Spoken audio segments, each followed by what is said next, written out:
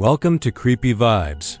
Tonight, we're venturing into the forgotten corners of Texas, into towns swallowed by dust, silence, and the dead who refuse to stay buried. These are 20 true stories from places where graves don't hold church. Bells ring after midnight, and voices echo from under the floorboards. You're about to hear stories that'll make you question how quiet a town really is when no one lives there anymore. Because in these places, the dead don't rest. They knock. They whisper. They come back. But here's something strange. So many people watch these videos yet never hit the subscribe button.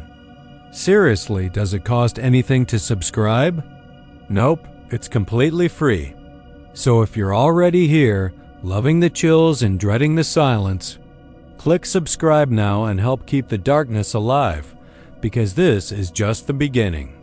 And once you step into these Texas towns, you'll realize the dead don't stay quiet. Not here.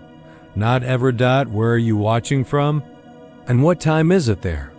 Let me know in the comments, because in towns like these, the night never really ends.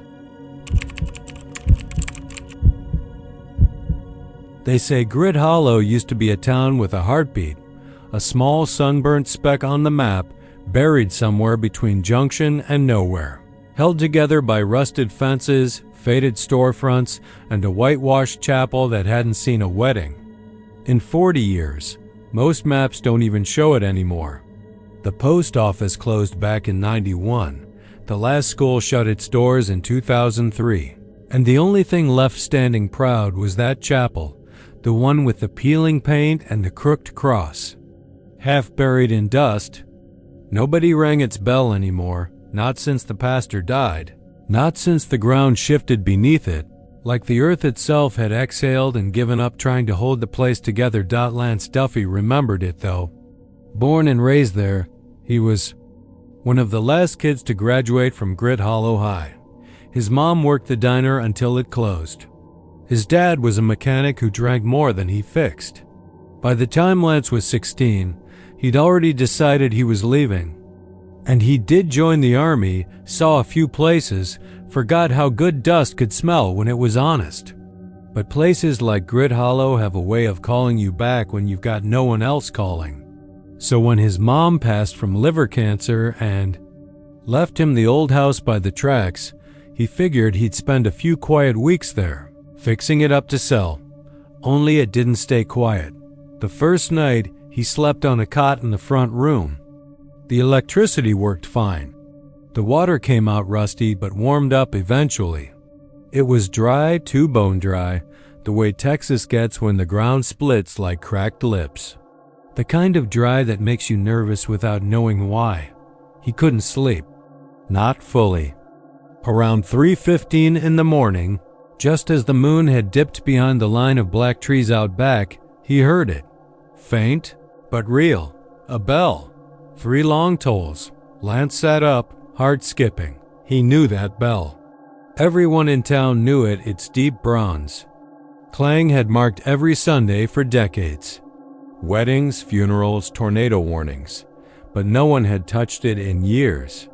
And the strangest thing was, it didn't come from above. It came from below. He lay there, frozen in the dark, trying to rationalize what he'd heard. He even laughed a little. Must have been a train, he thought. Some old engine passing far enough that the sound warped. Or a dream. Yeah, probably a dream. He didn't mention it to anyone the next morning when he stopped by Earl's shop to buy caulking for the windows. Earl was the closest thing the town had to a mayor now. He ran the only gas pump and sold beef jerky from a fridge that buzzed like a wasp's nest. They talked weather, the drought, and Lance kept the bell to himself. That night it rang again. This time it was louder. And the third night, he heard something else. It wasn't just the bell. It was a voice. No, not a voice, a sound like one. Not words, exactly. More like a scream that had been stretched out, warped, dragged across metal. Like a woman crying through a broken fan. And it came from beneath his floorboards. He didn't sleep that night. Sat upright with his phone in hand, waiting for it to happen again. It didn't. Not until he stood up and moved toward the kitchen. Then, just as his foot hit the board near the pantry, he heard it again. A second scream, louder, closer. It rose like steam, like breath held too long, and finally let go. Lance backed away. That board had always been a little loose. He remembered. Stepping over it as a kid? Now, it practically groaned under his weight. He knelt, lifted the board, and beneath it found dirt. Just dry packed earth. Nothing else. But as he leaned closer, he swore he heard breathing. Slow, shallow. Waiting. By morning, he decided it was rats. Had to be. Big ones. Maybe feral. Hogs had dug underneath the foundation. Sound does weird things underground, he told himself. But still, he didn't put the board back. He started asking around. Casual at first. Over coffee at the station with the two old-timers who played dominoes there every morning. He asked Earl if he remembered anything about the church foundation, whether it ever had crypts or a basement. They both looked at him funny. Earl just shrugged and said, "All I know is, when the town lost the mine, things started going bad. People left. Some didn't. But the ground, it's never felt. Right since." That night, the bell rang again. Only this time. The floor shook with it. Lance leapt from his cot and turned on every light in the house. The scream came next. Longer now. Clearer. He ran outside into the warm night air, sweat soaking his shirt. The town was dead still. No lights, no crickets. Even the wind had stopped. He turned toward the church and stared. Its bell tower was gone. The top half had collapsed long ago. Yet the sound kept coming low and deep and wrong. But the sound? It wasn't coming from the chapel. It was coming from under it. He didn't sleep. The next day, he drove to the county records office about 40 miles away in Sonora. He dug through old maps, town plats, anything that might show what was under Grit Hollow. Finally, in a brittle file marked 1926, he found it. A drawing. Simple. 2 structures, one above ground. The other labeled foundational pit, storage and holding. No further explanation. No dimensions. Just a note in the corner that said, "Site sealed by order of Pastor Enoch Crane, September 11th, 1927. That name chilled him. He remembered the Crane name. Everyone did. Enoch Crane had been the pastor when Grit Hollow was booming, when the silver mine brought money and men and misery. People said Crane was a man of God. Others whispered different things, that he used the mine not just for silver, but for penance, for punishment. Some folks just disappeared back then. Lance went back that night, parked outside the church with a crowbar and flashlight. The doors were swollen shut but gave way with effort. Inside was dust and old hymnals and the smell of mold. The floorboards creaked under his boots as he stepped toward the altar. Then he found it. A trapdoor beneath the pulpit. He didn't remember that being there. He pried it open, and the smell hit him, first wet rot and something coppery underneath. Then the cold. It poured out like breath from a coffin. He aimed the flashlight down into the dark and saw stone steps leading nowhere. He hesitated, then descended. The air got colder with each step. The scream didn't come this time. What he heard instead was singing, children's voices, faint, echoing, like they were trapped in the stone. The walls were wet. The floor was cracked, and in the center of the chamber was a wooden platform with ropes and bones. Small bones. He backed away slowly. Didn't make it past the second step before the bell rang again directly beneath his feet. The sound was deafening. He dropped the flashlight, scrambled out, slammed the trapdoor shut, and ran. He didn't go back to the house. Didn't lock the doors. He drove through the night and never stopped until he hit San Antonio. That was 2 years ago. No one believes him, and he doesn't tell the story often. But sometimes, late at night, when the wind dies and everything's still, he dreams of that bell.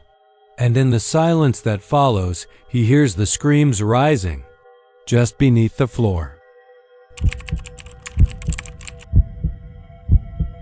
They say Dry Creek Bend was never meant to have a graveyard.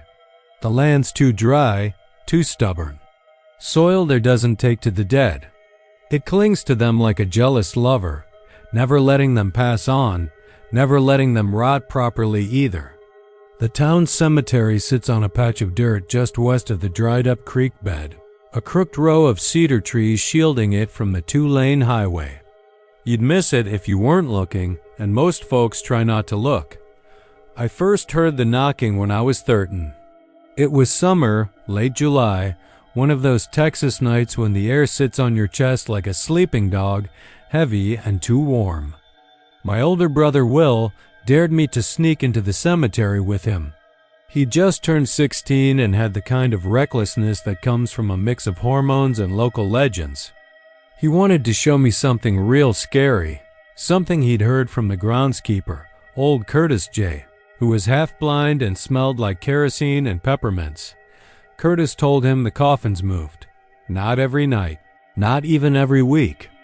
But sometimes, when the heat was thickest and the moon was swollen and yellow, the earth would twitch like something was pushing from underneath, and then the knocking would start. Not loud. Just deliberate. Wood tapping wood. Or maybe bone. That night, Will brought a flashlight, half-charged and flickering, and we climbed the rusted gate around midnight. The cemetery wasn't big. Maybe 30 graves, most of them old, cracked headstones, faded engravings, crooked, crosses that leaned like they were trying to escape. I remember how still it was. No wind, no crickets, not even the buzz of mosquitoes. Just the sound of our sneakers crunching on gravel paths and that flicker-flicker hum from Will's light. We stopped near the back where the oldest graves were, a row of family plots from the early 1900s, set deeper in the earth. There was one in particular Will was looking for. The Holloway crypt. He found it under a sycamore, half choked by vines. A stone rectangle with a metal door that swung open too easily.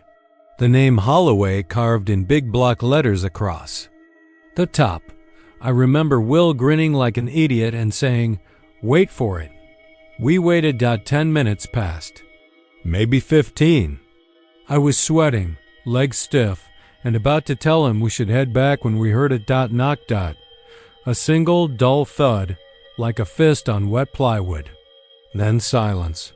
Will looked at me. His face changed. It wasn't excitement anymore. It was something else.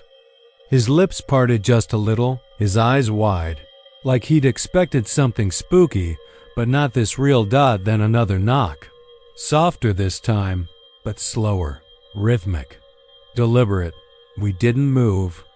I could hear my own breath going shallow, sharp in my nose, heart thumping hard enough to drown everything else out. Knock. 3 this time. Like a pattern, Will stepped back. The flashlight dropped. It rolled and died in the grass. I wanted to run, but something about the air, it felt thicker, like walking through syrup. I bent to grab the flashlight, and when I looked up, the door to the Holloway crypt was ajar. I swear to God it was shut. I swear. Will was already moving, backwards, fast, tripping over roots. I followed. We didn't stop running until we're halfway across the field that separates the graveyard from town. Neither of us said a word. Next morning, Will told Mom we'd seen a raccoon. But that night, I saw him packing a duffel bag with his baseball bat and a cross he'd stolen from church. He slept with both beside his bed. We never talked about it again. 3 years later, Will vanished. He was 18, working nights at the TU gas station off Route 36. Last anyone saw of him was just before closing. Told his manager he was going to take a quick drive, cool his head. He never came home. They searched. Cops dragged the creek, though it hadn't held water in years. They brought dogs, helicopters, even psychics from Amarillo. Nothing. But I knew. A week after he disappeared, I went back. I waited till midnight, when the sky was low and purple and the cemetery looked like it had been dipped in ash. I walked past the rusted gate, flashlight in hand, toward the Holloway crypt, and I heard it knock same rhythm. Same slowness. I didn't run this time. I followed. The sound around back to one of the smaller, older plots, a pine coffin, half covered by a rotted tarp. The nameplate had been pried off. The dirt looked wrong, like it had been stirred. Then the knocking came again. From the ground, I fell to my knees. Listened. There was breathing. Ragged, shallow. Then a whisper. Help. It was Will's voice. Clawed at the dirt, tore my fingernails raw trying to get through that impossible soil. But the more I dug, the more it filled back in. Like something didn't want me to reach him. That was 15 years ago. I stayed in Dry Creek Bend, took over. Curtis J's job when he died. The cemetery doesn't get many new residents anymore, but the old ones, they never leave. Sometimes, on the worst nights, I walk the rows and listen.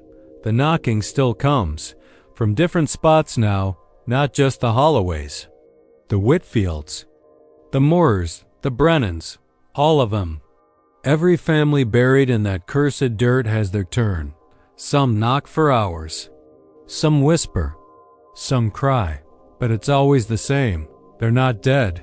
Not really. They're stuck, caught between whatever comes after and whatever this place turned into. The soil won't let go. It seals them in like canned peaches, preserving the rot, but never letting it finish. I tried digging one up. A woman named Esther May died in 1921, age 29. The coffin was pristine. No decay. No dust. Just a woman in a white dress, eyes wide open, lips pulled back in a frozen scream. She blinked at me. Just once. Then her mouth opened, and something moved behind her teeth. I shut the coffin, nailed it shut, poured concrete over the lid and buried it 10 feet deeper. Didn't help. The knocking came. Back 2 nights later. Louder. I've boarded. Up the mausoleums, stacked boulders over the crypts. Tried burning the dry grass around the graves. Nothing stops it. Nothing wants to. Sometimes I wonder what'll happen when I die. If I'll be given a chance to pass on, or if I'll end up in one of those boxes, eyes wide, fists clenched, tapping on the lid like a man begging for air. I don't know what's holding them here. Some say it's the soil. Some say it's the creek, cursed by old blood, poisoned by something forgotten. Others think it's the town itself, built on bones and secrets. Too proud to admit the dead have outstayed their welcome. All I know is this. If you're passing through Dry Creek Bend and your car breaks down near that bend in the road, don't. Stay the night. Don't follow the sounds. And whatever you do, ... in single quotes to answer the knocking. They say the church fire in Elkhorn Ridge was an accident. Electrical, most likely. That's what the state inspectors concluded after 2 weeks of sniffing around the ash and twisted beams, jotting notes in the dust with gloved fingers. But folks around Elkhorn never fully bought that story. They nodded along for the sake of decency, for the comfort of the surviving families, for the sake of quiet lives and sleep that came easier with simple answers. But the whispers never stopped. Not in the diners, not in the old-timers' corners of the feed store, and especially not up by the ridge where the blackened skeleton of St. Luke's Church still stands like a scorched memory no one's willing to tear down. It happened 12 years ago this fall.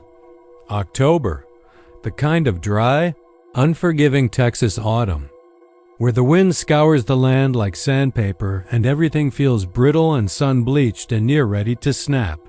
The hills were yellowed out, thirsty, the mesquites cracking at their roots. The ridge hadn't seen a drop of rain in 6 weeks. Then one Sunday evening, just after sunset, St. Luke's went up like it had been waiting for the flame. 33 people were inside, but only 19 made it out. Among the dead were all 14 boys in the Elkhorn Ridge Youth Choir, and rehearsing for the town's fall jubilee, singing their little hearts out in front of an empty pew for a hymn that never reached the town. The fire moved too fast. A few kids were seen clawing at the stained glass windows, their white choir robes flickering like candles behind the colored panes before they vanished into the blaze. By the time the first volunteer fire truck lumbered up the hill, there was nothing left but the bony outline of the old church, and smoke so thick it painted the moon gray. They buried the choir boys together. One long grave lined in white stone near the north fence of the cemetery, where the brush doesn't grow right anymore and the air feels cold even in July. People come and leave stuffed animals, faded songbooks, sometimes even old cassette tapes of their performances, though no one plays them anymore. They say the tapes don't work like they used to. Some parents swore they heard whispers and strange harmonies behind the music. One woman claimed she heard her son's voice say, "Don't forget me, Mama," just before her stereo sparked and melted the cassette deck shut.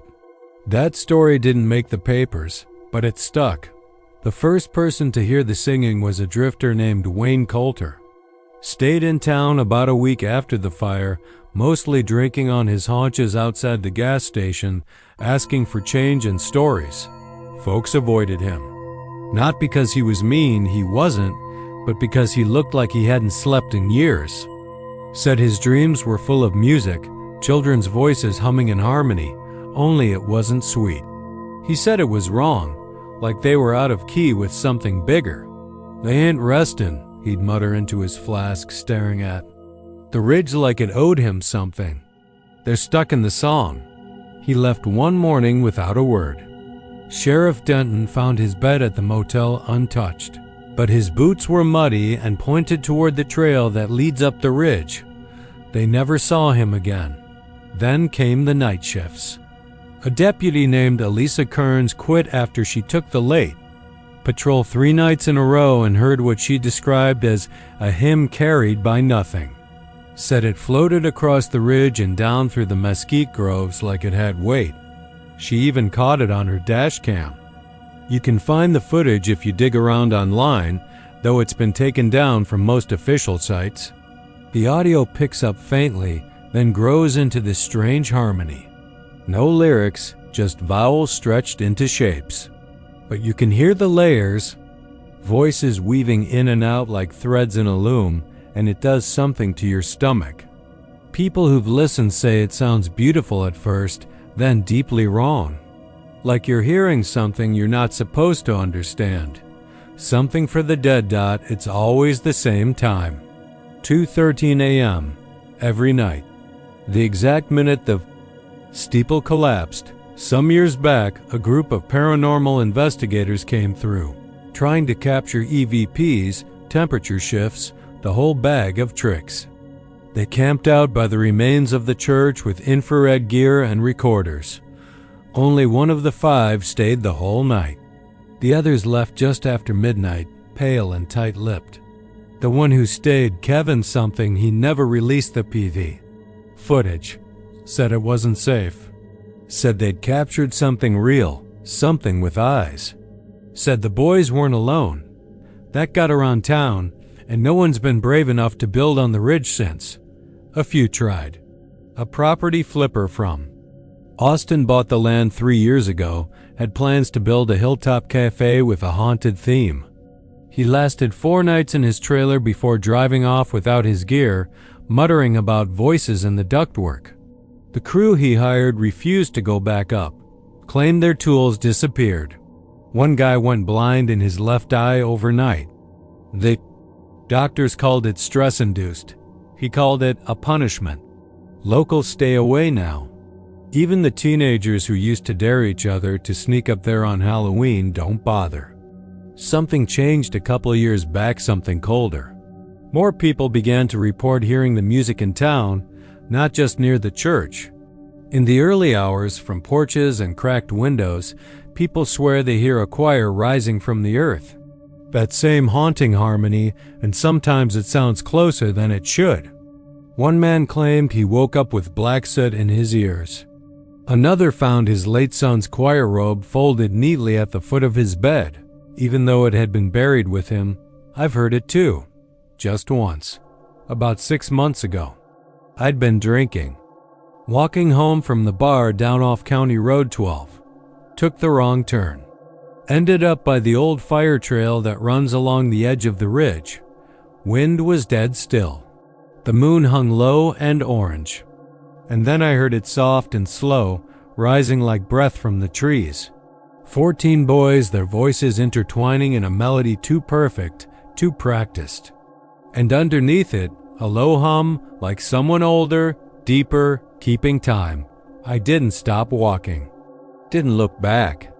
But I didn't sleep that night either. Because when I got home, I found a small set of blackened footprints on my front porch barefoot. Small, as if someone had stood there listening, waiting. And that's the thing, isn't it? They were never finished. Kids like that with lungs. Full of promise and hearts too young to understand death, they don't just disappear. Not when the fire takes them before the final note. Not when the last hymn is still echoing in their chests. They stay.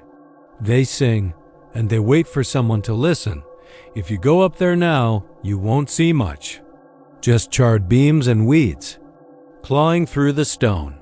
But if you wait long enough, if you're still, quiet, and unlucky, you'll hear them. Harmony without breath. A choir that never made it home. Still rehearsing, still calling for the song to end, but it never does. Stillwater Grove wasn't even on the maps anymore, at least not the newer ones. You had to dig for it. An old town tucked into the bend of 2 back roads that hadn't been paved since the 60s, shaded over by towering elms and skeletal oaks. There was a post office once and a general store that doubled as a gas station, but those burned down in the 80s. Now it's little more than a whisper between counties. But folks still end up there, usually by accident. That's how I came across it, running on fumes and praying for a shortcut.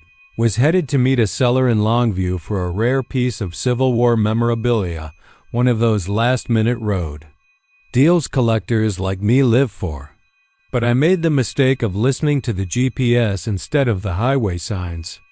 One reroute through East Texas farmland, and suddenly I'm coasting down a dirt road lined with crumbling fences and trees that looked too wide, too old. My cell service dropped out about 5 miles back. I figured it was just another forgotten stretch, the kind you pass through without blinking. Stillwater Grove announced itself in rusted silence. There was no welcome sign, no traffic, just a narrow lane curling past a weather-worn chapel, its steeple long gone, and a cemetery that sprawled behind it like a scar on the earth. My tank gave up in front of that church, and when I stepped out into the dust and heat, I heard something. I still can't explain. Not a voice, not a whisper. It was like breath. Under the ground. Long, slow, patient. The cemetery looked old, but not abandoned. Someone had cut the grass recently badly, but it was cut. The rows of gravestones ran crooked, like they were trying to pull away from each other.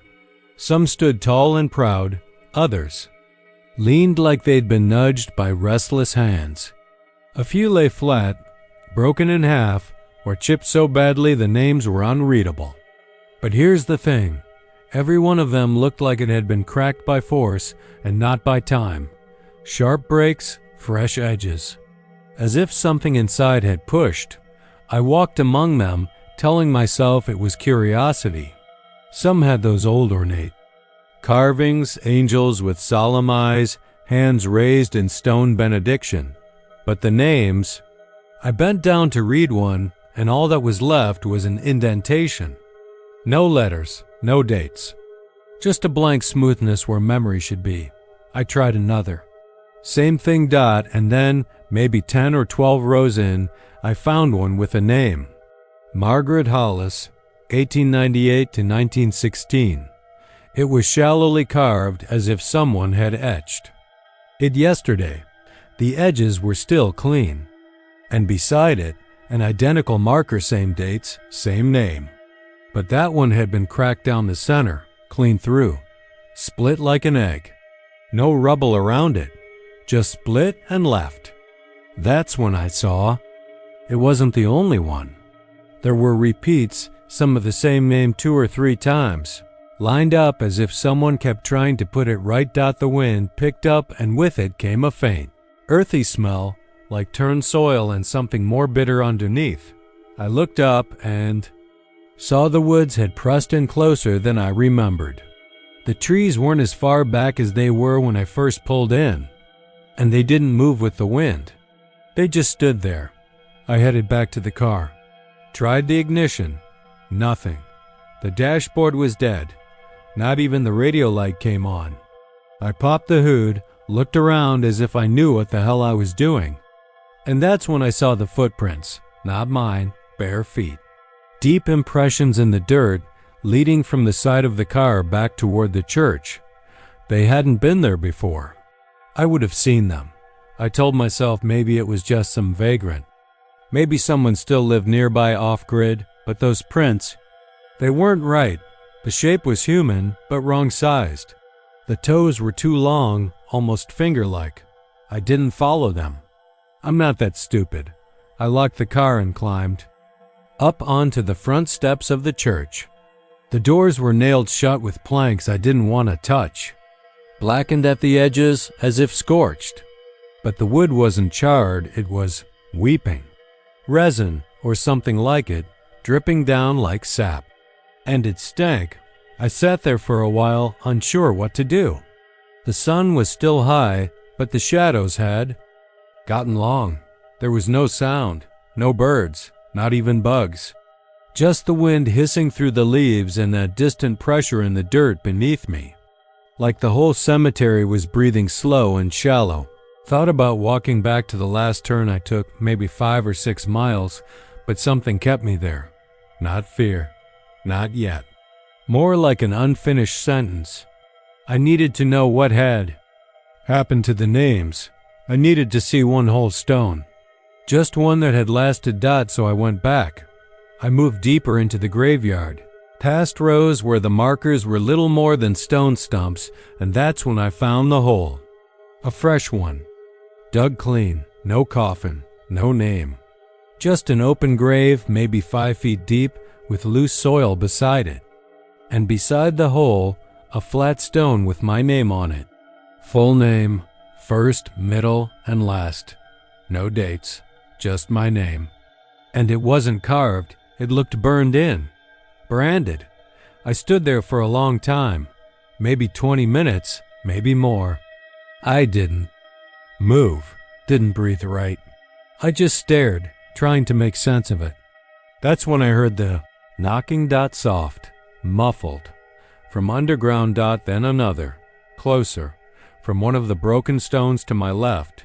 Knock, knock, like a polite tap from inside a sealed box. Then another, then more. The graveyard filled with it. Like a slow rain of fists on wooden lids, I ran. I ran through the rows, tripping over roots and cracked stone, until I reached the car. I didn't even try the key. I just yanked open the trunk and grabbed the only thing that made me feel human, a flashlight. When I turned around, the chapel door was open. I hadn't heard it. I hadn't seen anyone. But it stood wide now, the interior black and hollow, like a mouth mid-scream. I shouldn't have gone in, but something pulled me. Inside, it smelled of mildew and ash. The pews were still intact, but warped. The altar had been broken, chopped to splinters. And hanging behind where the pulpit used to be, carved into the wood of the wall, were dozens, hundreds of names. Scratched, etched, gouged in with nails or knives. All the names I'd seen on the stones. All the ones that had vanished. All the repeats dot at the bottom, newly added, was mine. That's when I saw movement. In the back pew. Something sat there, slumped. Not asleep, not dead, just waiting. I raised the flashlight and caught the edge of a face-pale, paper-thin skin. Eyes milky and rolled. Its mouth opened just a crack, and I heard the same breath I'd felt beneath the soil. Long, slow. It didn't move toward me. It just watched. And I knew, somehow, it had put my name there. I backed out, never turning around, never blinking. And when I stepped outside again, the gravestones were whole. Every one of them. No cracks, no missing names. Just stone silence. Under the night sky. My flashlight flickered once and went out. By the time I made it back to the car, the engine turned over like nothing had ever been wrong. The fuel gauge even read half full. I didn't look back. I drove until the sun came. Up and I reached the city. The GPS showed a straight route, no detours. Stillwater Grove wasn't on it. I checked every map since. Nothing. Not even a mention. But the next morning, in my apartment, I found something.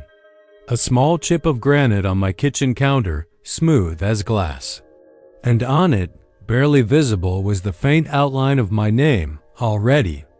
Starting to fade dots, so believe me when I say this, some places don't want to be forgotten. They want you to find them. And once you do, they remember you, whether you want them to or not. In Dust Mill, Texas, a nothing stretch of dry land halfway between nowhere and the next gas station, you learned quick not to ask questions after sundown. The people still left in that dying town weren't friendly, but they weren't cruel. Either. Just tired. You could see it in the way they locked their doors extra tight before dusk and left porch lights off even when the wind howled like a banshee through the power lines. You could see it in how the cemetery perched right at the edge of the scrub plains was surrounded by a rusted iron fence that hadn't been touched in decades, except for the new padlocks that gleamed silver in the moonlight. And you could hear it, if you were the kind who stayed up past midnight, the digging, not shovels. Not backhoes or hands clawing through topsoil. It was slower, methodical. Like earth being moved from deep under, and not by something that understood the way people dig. And it wasn't coyotes either. Those things yip and bark. This sound came with a hush behind it, like something was listening as it worked. I didn't believe in any of that at first. I came to Dust Mill because my brother Seth had died out there. Heart failure, they said. He was 29. No history of heart trouble, no drugs in his system, and no bruises or wounds. Just dropped dead in his trailer sometime around 2 a.m, half a mile from the cemetery. The local sheriff, a long-jawed man named Tipton, gave me a handshake and a shrug. Some people's hearts just stop, he told me, eyes sliding away. Sorry for your loss. It didn't sit right. Seth had moved to Dust Mill for quiet, for clean air, for the skies that went on forever. He called it peaceful. He wouldn't have left without a fight. And the more people avoided looking me in the eye when I asked about his final days, the more I knew something was wrong. The funeral was held at dusk. Small crowd. Just me, 2 of his old co-workers from the grain elevator, and the preacher, a shriveled man who spoke like he'd already been embalmed. They buried Seth on the far side of Dust Mill Cemetery, near the fence line where the sagebrush grew thick. His marker was temporary, a white cross with his name scratched on with a black Sharpie. I hated it. I stood there long after the others left, wind tugging at my coat and the desert whispering all around. I thought I heard something under my boots, just faintly like the earth taking a slow breath. I told myself it was nothing. The wind. Maybe. Distant thunder. That night I stayed in Seth's trailer. It still smelled like him, cheap aftershave and black coffee. I didn't sleep. Not really. Around midnight, I poured a drink and stepped outside needing air, and I heard it. A low, shuffling scrape, then a pause. Then again gravel and dry soil shifting as if something was moving underneath it. My breath hitched. I looked around. The night was clear. No cars, no people. But the sound wasn't far. It was coming from the direction of the cemetery. I walked closer than I meant to. Just a few yards at first, then farther. The air was still. Even the crickets had gone quiet. As I got near the cemetery fence, I felt it under my feet. Like standing on a hollow spot that had something alive inside. There was no wind. But the chain on the cemetery gate rattled gently, like it was nervous. I froze. The sound was louder now, not just digging. Scraping too, and God help me breathing. A ragged, moist suck of air that didn't come from any man or animal I'd ever known. I stared through the bars.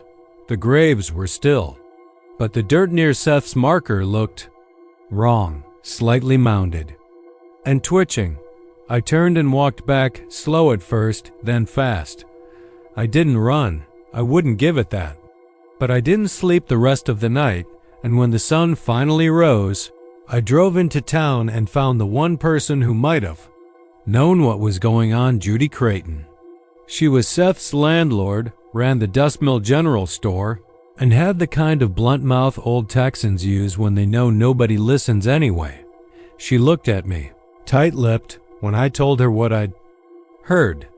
Then she locked the store door, poured 2 cups of black coffee, and sat me down. "It's not new," she said after a long silence. "The digging started in '89. First time someone heard it, it was old man Phelps. Said he thought a gopher was under his house, but it was louder than that, bigger. A week later, his daughter found him in the living room, face blue, heart gone like it had been ripped out. Gone?" She nodded, eyes shining, not punctured, not crushed. Just gone, like it had never been there. No blood, no wound. Like it dissolved. That's what the coroner said. She told me 5 others had died since then. All between midnight and 3. All near the cemetery. All with no cause of death anyone could find. And they'd all been buried in Dust Mill Cemetery. "I locked the gates," she said. "I paid for that iron fence myself. Doesn't help. Whatever it is, it's not outside. It's under." I asked her what she thought it wanted. "To be found," she said quietly. "But it doesn't want us looking, not the living. It wants something else." I went back to the cemetery that afternoon. The dirt near Seth's grave had been leveled, neatly, like it had been swept. I leaned down and touched it. Warm, even in the shadow of the cross. Too warm. That night, I sat outside, with a flashlight and a folding chair facing the cemetery. Just past midnight, it started again, soft at first.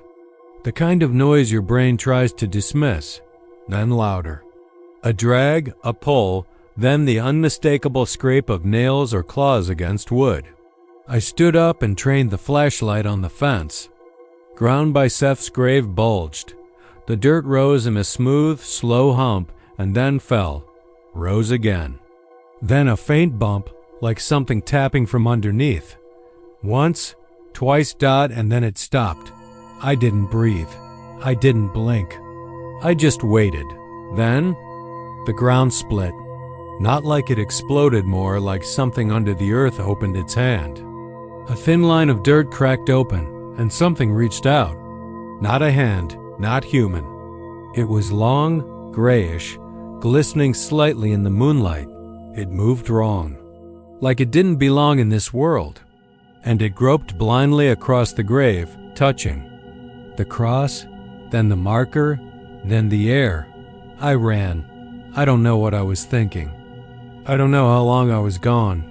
But I didn't go back until morning, when the sun was bright enough to burn away memory. When I returned, the grave was untouched again. No bulge, no crack, no sign of movement. But the marker was gone. Not broken, just gone. Vanished. The next week I paid for a proper stone, marble. Cost more than Seth would have wanted me to spend, but I needed it there. Needed something to mark that spot. They set the stone on a Thursday morning. I watched them lower it, seal it in place. I stayed until sunset. By Friday morning, it was cracked clean down the middle. The name had faded like bleach had eaten through it, and the soil had that same look, like it was breathing again. I left. Dust mill after that. Drove east until the roads felt real again and the sky didn't feel like it was waiting to fall. But I think about Seth. I think about that sound, that scratching. And I think about what Judy said, that it wants to be found. I still wake up sometimes just after midnight. And I swear, even all the way out here, I can hear it. The digging. The morning after the funeral, a thick gray mist crawled over the worn hills that surrounded the town of Rakewood, blurring fence lines and swallowing up the pastures like a mouth that never quite closed. The town woke slow, like always. Its people stiff with sleep and bone-deep weariness, the kind that came from years of nothing changing and everything decaying. Folks shuffled through routines like ghosts playing house, and it might have stayed that way for good if not for what was found at the Harlan plot just after sunrise. Jimmy Lott was the first to see it. He wasn't anyone important, just the groundskeeper who smoked more than he mowed and only kept the graves tidy because the town wouldn't pay for a second body to help. Jimmy was late that morning, hungover again and pissed off at his own boots for squeaking so much on the wet grass. He just crested the rise above the newer plots when he saw it, the hole. Big, dark, and impossibly clean. Like someone had just reached down and scooped the coffin out whole with a ladle made of nightmares. His heart stumbled, then raced. His fingers went numb. That plot had been filled yesterday. He'd packed the soil himself after the service. Threw the last shovel of dirt down right after Reverend Clive muttered something about the Lord's mercy. Now the grave gaped like a mouth with no teeth, and the coffin lid sat in splinters nearby like it had been kicked from the inside. And there were prints, barefoot ones, waterlogged and slick. They glistened in the morning haze and led straight out of the hole, through the grass, over the iron gate, and down the gravel road into town. Jimmy didn't go down to the hole. Didn't dare. He just turned and ran back the way he came, boots slipping, knees shaking, his breath fogging behind him like something was chasing. By 8, the sheriff had cordoned off the cemetery with that useless yellow tape as if warning. Signs had ever stopped something that could claw its way out of 6 feet of packed earth. Sheriff Klein wasn't the kind of man who scared easy, but even he stood a little further back than usual from the edge of the grave. He'd seen plenty in his 20 years, suicides, overdoses, that mess with the Butner twins back in '96, but never anything like this. Was the lid sealed? He asked Jimmy, who nodded without looking up. Screwed tight. Metal fasteners all around. And you sure it was full? Jimmy's eyes watered. He nodded again. Hell, Klein muttered. By 9, word had spread like a brush fire. Townsfolk whispered on porches and peered out between faded curtains. Nobody wanted to say it out loud, but they all knew who'd been in that grave. Elijah Harlan, 68 years old, retired oil foreman, found dead in his trailer just 4 nights ago, collapsed at the foot of his bed with one hand stretched toward the bathroom door, and the other curled into a fist around nothing. No foul play, Doc McCready had said. Just old age and too much. Bourbon, a peaceful end for a mean man. That's what folks said at the funeral anyway. But not everyone bought it. Some still remembered what Elijah had done back in '83, even if the cops hadn't proved it. Some swore the girl's cries still echoed in the canyon behind his old house. And some said a man who never asked forgiveness didn't get to lie.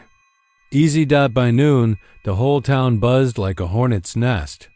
Klein tried to keep things quiet, but he was outnumbered by gossip and fear. A few people followed the trail of wet prints, which had begun to dry by then, but not before they reached the first street in town. They led to the post office, then curved toward the diner, then veered toward Old Creek Lane, where Elijah had lived, and then they vanished, not faded, vanished. As if whatever left them had stepped into a space between seconds and disappeared. That night, nobody slept. Not really. Doors stayed locked. Curtains were drawn. Dogs whined and scratched to come inside, and when they were let in, they wouldn't. Stop staring at the front door. The wind picked up just after 2 a.m., and with it came a scent no one could place. Wet soil, maybe, or something older and sour. A few claimed they heard something scraping along the pavement. One woman said she saw a man standing under the old courthouse tree, barefoot, face obscured by shadow, just staring up at her bedroom window. The next morning, another grave was found open. Not in the Harlan plot this time. This one belonged to Lucinda Phelps, dead since 1973. There hadn't been a service. She died alone in a fire that no one explained, and the coffin had been sealed before anyone saw the body. Her headstone leaned crooked and moss-covered. No one visited it anymore. But the grave was open. Her coffin, too. Empty, but not untouched. The inside was clawed up, like someone had fought hard to get out. Like nails had been torn on the underside of the lid. The pattern repeated over the next 2 days. Graves dug up. Coffins emptied. Always after midnight. Always barefoot tracks. Always that same earthy stench. Some of the names were familiar. Folk, mostly. People with dark histories and no mourners. Old Man Kircher. Dolores Mangum. 3 from the county home who'd vanished back in the 50s and turned up years later with smiles on their skeletons. It was like something was choosing. Like something had decided who deserved to stay buried and who did, in single quotes. Sheriff Klein put out a call to Austin, but no one came. Said it sounded like vandalism. Said it wasn't a priority. But the town knew better, because by the 4th night, it wasn't just the graves being disturbed. By the 4th night, something had started knocking. It started soft. Just 3 knocks. Always just before 3 a.m. Always on the back door. Never the front. Folks who heard it said it didn't sound like a hand. Said it was too slow. Too heavy. Like it had to lift something it couldn't quite carry. Some brave. Few looked out the window. Most saw nothing. But one boy, Tommy Barrett, said he saw a figure in the yard. Said it was muddy and pale and twitching like it couldn't quite control its limbs. Said its mouth was open but didn't move when it spoke. Said it asked to be let back in. The town turned. Fast, doors boarded. Guns drawn, but it didn't matter. Because the thing or things didn't want in, not really. It just wanted to be remembered. That's what old Reverend Clive said when he finally lost his nerve and fled town. Said the soil had turned against them. Said the sins they buried had come back looking for names, looking for justice. Or maybe vengeance. The 7th night was the worst. That was when they found Jimmy Lott. He'd locked himself in the tool shed behind the cemetery office. They only found him because of the smell. Took 3 men to get the door open. What was inside didn't make sense. Not to them, not to anyone.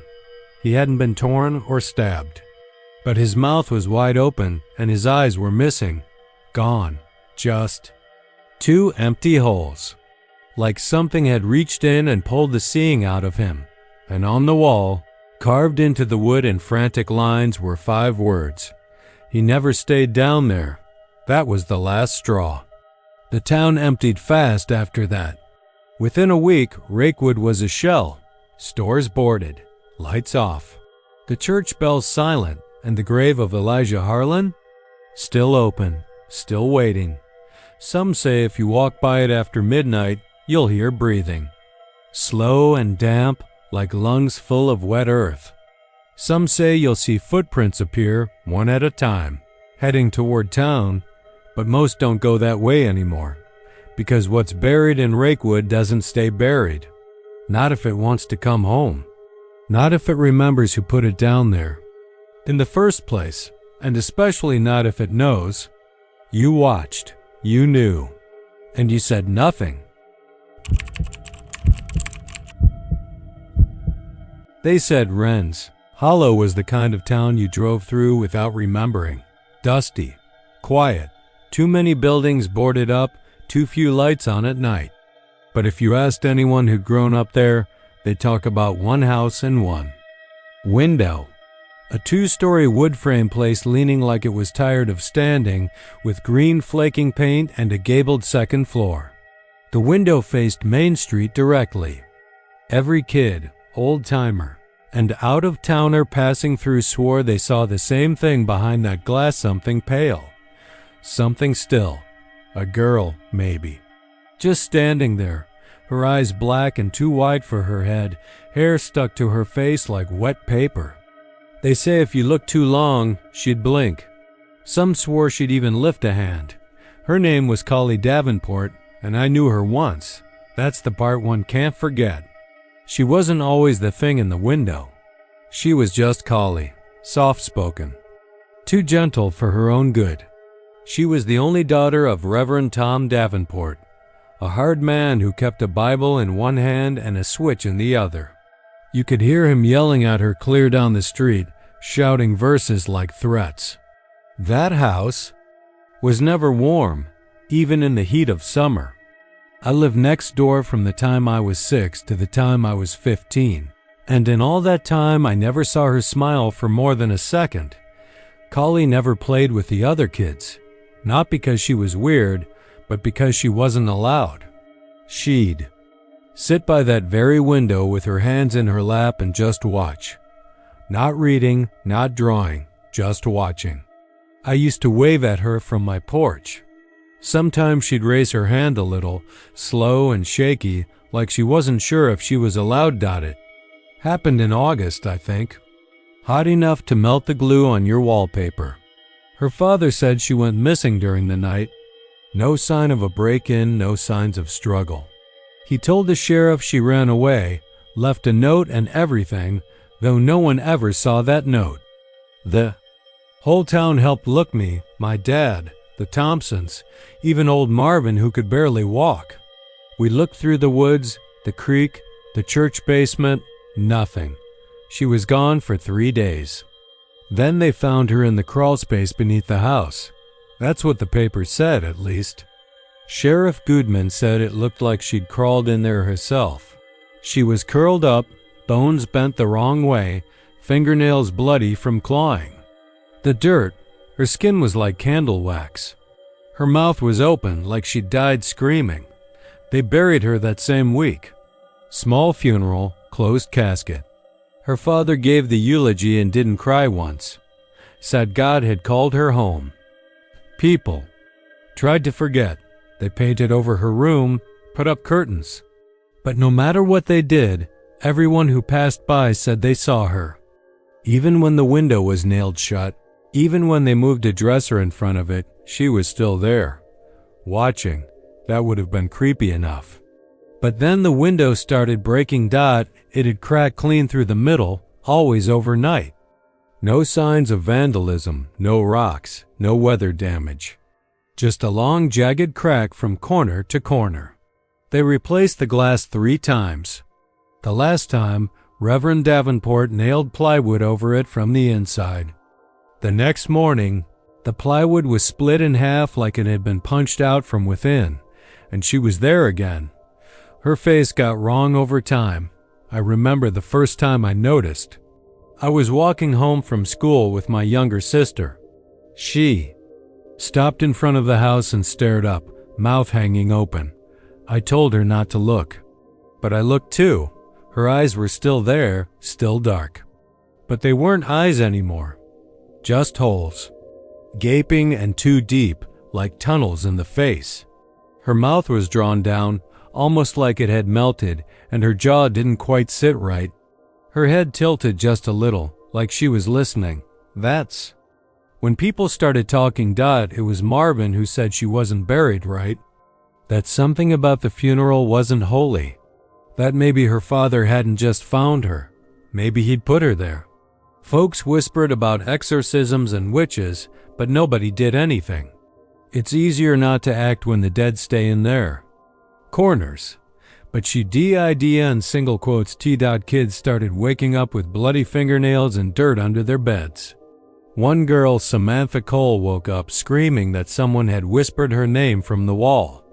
She said it sounded like a girl underwater. Then came the second burial. I was 17 by then, already half-packed to leave town. But I came back for that, out of something between guilt and curiosity. A preacher from Austin came in young, loud, confident, like he hadn't seen what we had. They dug her up. I remember the gasps. Because she didn't look like a skeleton. She looked fresh. Not alive, not exactly. Just wrong.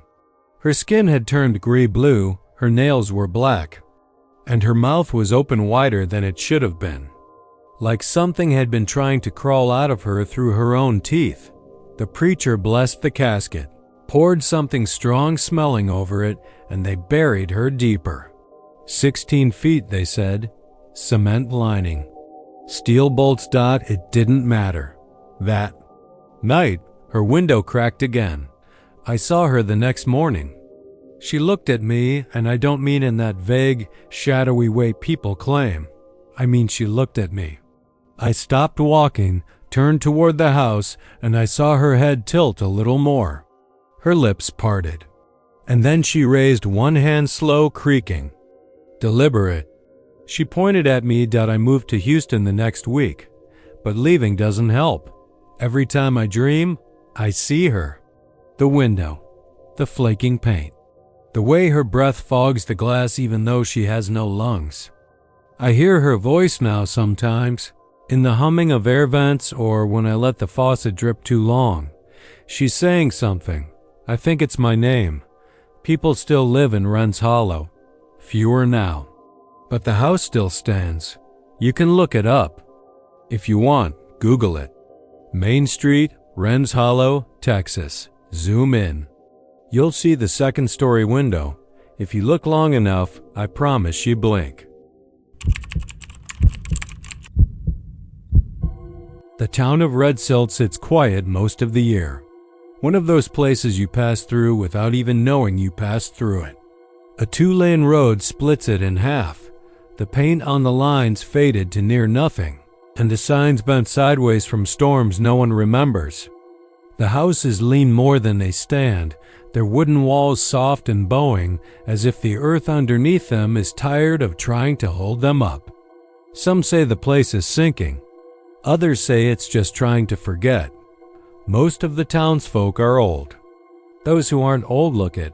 Farming families, folks who never left because they didn't know how or didn't think the outside world was worth it. You won't find a Starbucks within 50 miles. And the last working gas pump sits crooked at an old general store. That's mostly empty shelves and dust-covered cans of green beans. But every spring, without fail, Red Silt gets visitors. Not the kind who ask for directions or take pictures of barns. These visitors come with shovels, or notebooks, or cameras they keep low, like they're afraid of catching something they shouldn't. And then, of course, there's the rain. It starts mid-March, every year like clockwork. Comes down soft at first, as if it's asking permission. A fine mist that clings to your shirt and slicks the gravel. But by the third or fourth day, it grows teeth. Thunder that rattles your rib cage, winds that shove trees sideways, and a sky so dark you'd swear the sun packed up and left. And then the roads bleed. Not mud. Not clay. Blood. It's not just color. It has thickness, a dark iron smell that clings to your sinuses and sticks in the back of your throat. It bubbles up from the soil, runs in the gutters, and stains tires. Deep maroon. Kids used to dare each other to touch it until one didn't come home. Now they just watch from porches, quiet and pale. their eyes too wide for their faces. The first time I saw it, I thought it was a trick of the light I'd taken. A wrong turn coming back from a job in Amarillo, my GPS freezing and blinking out just past the state park. I remember the sun was dipping behind a cloud bank and the sky looked bruised. The road dipped down into a shallow valley, and that's when I saw it, the pavement ahead shimmering red. I slowed the car, rolled down the window, and the smell hit me like a punch to the face, metallic, thick. Not like rust, worse, more alive. I should have kept driving. I pulled off to the side near a rusted barbed wire fence and got out. My boots sank in fast up to the ankle in soft red mud. Except it wasn't mud. It had too much give. I crouched and pressed a hand down just to make sure I wasn't losing it. It was warm, warmer than the air.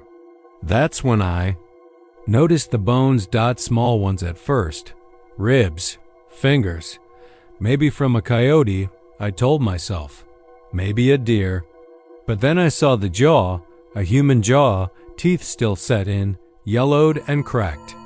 The eye socket was full of red water, like it had been crying blood. Behind me, a screen door slammed. I turned fast. There was a farmhouse up the hill I hadn't noticed. White paint peeling, front porch sagging. An old woman stood on it, arms crossed. Her dress was black, her hair long and gray, hanging in thick strands down her shoulders. She didn't wave, didn't smile, just stared, like she was waiting for something. I backed up toward my car. Tried to speak but couldn't. She just shook her head slow and then turned and went back inside. The door creaked shut behind her like it was groaning. I got in the car and drove straight through. Tires skidding on the bleeding road, engine roaring louder than it needed to. I didn't stop until I hit the next county and the pavement turned gray again. But I couldn't stop thinking about it. Over the next few weeks, I did some digging. Not the kind with a shovel, not yet. Just online searches, newspaper archives, odd mentions in forums nobody should spend too long reading. That's when I learned the name Red Silt, and that wasn't a nickname. It was on maps, tucked down near the edge of Briscoe County, close to where the land forgets to be flat and starts to ripple like waves frozen in time. Population never broke 3 digits. Most years it didn't even reach 60, and it had a history. A family wiped out in 1927. A flood that came in dry season and carried their house half a mile downstream. The father's body was never found. In 1941, a school fire. 19 children gone, all under 10. No cause ever found. The bell from that school still hung in the twisted frame of what used to be the gymnasium, and some said you could hear it ring before storms. In 1963, a man named Walker Dent confessed to burying 13 people under his hog pens, said he heard voices telling him they were already dead, just didn't know it yet. When they dug up his yard, they found bones older than the town itself. Some of them fossilized, none of them matched the missing. They hanged him from the windmill behind the sheriff's station. It creaks when the wind's just right, even though the blades haven't turned in decades. They say Red Silt was built on burial ground, not native, older, pre-human, even. Something wrong with the dirt. It doesn't like things staying buried. That's when I went back. I told myself it was curiosity. Maybe it was guilt. I'd seen something nobody else believed. Maybe I needed to prove it wasn't all in my head.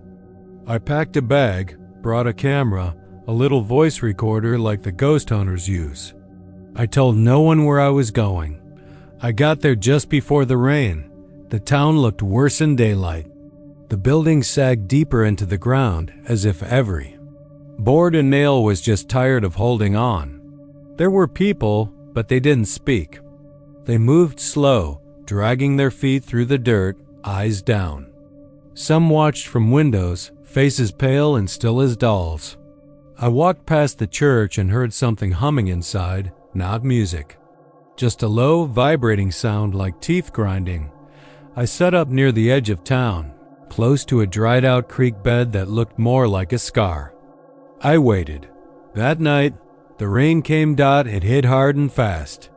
Within an hour, the roads were rivers, but not of water. Red silt, thick and warm. And from the banks of the creek, bones pushed free, like something exhaling. Skulls rolled into the open. Spines slithered loose, fingers curled upward in the mud. Some were small. Some weren't. I raised my camera. A hand grabbed my wrist. The old woman from the porch. Closer now. Eyes clouded but sharp. She didn't speak. Just looked down at the rising dirt and then back at me. And then she shook her head again. "They come up when they're ready," she whispered. Her voice like leaves scraping across a window. "Don't wake what wants to sleep." And then she walked into the rain. Her feet didn't leave prints. The silt closed behind her like it was never disturbed. I left that night. I told myself I was done. But the dreams didn't stop. Red rivers. Screaming bells. Bones tapping on glass. Every spring I see the reports. A missing child. A dog bringing home a finger bone. An old farmer found dead with his hands deep in his own garden, like he'd been trying to reach something. Red silt is still there. The rain still comes. And every spring the earth breathes. Maybe it's remembering. Or maybe it's hungry. Either way, the roads run red, and the bones don't stay down. Not in red silt, not ever. They say it was lightning that brought down the orphanage at Mercy Hill, but the old-timers who still limp around the edges of Silk County will tell you different. They say it was a scream that lit the night sky. A baby scream, high and endless. Right before the flames touched the roof.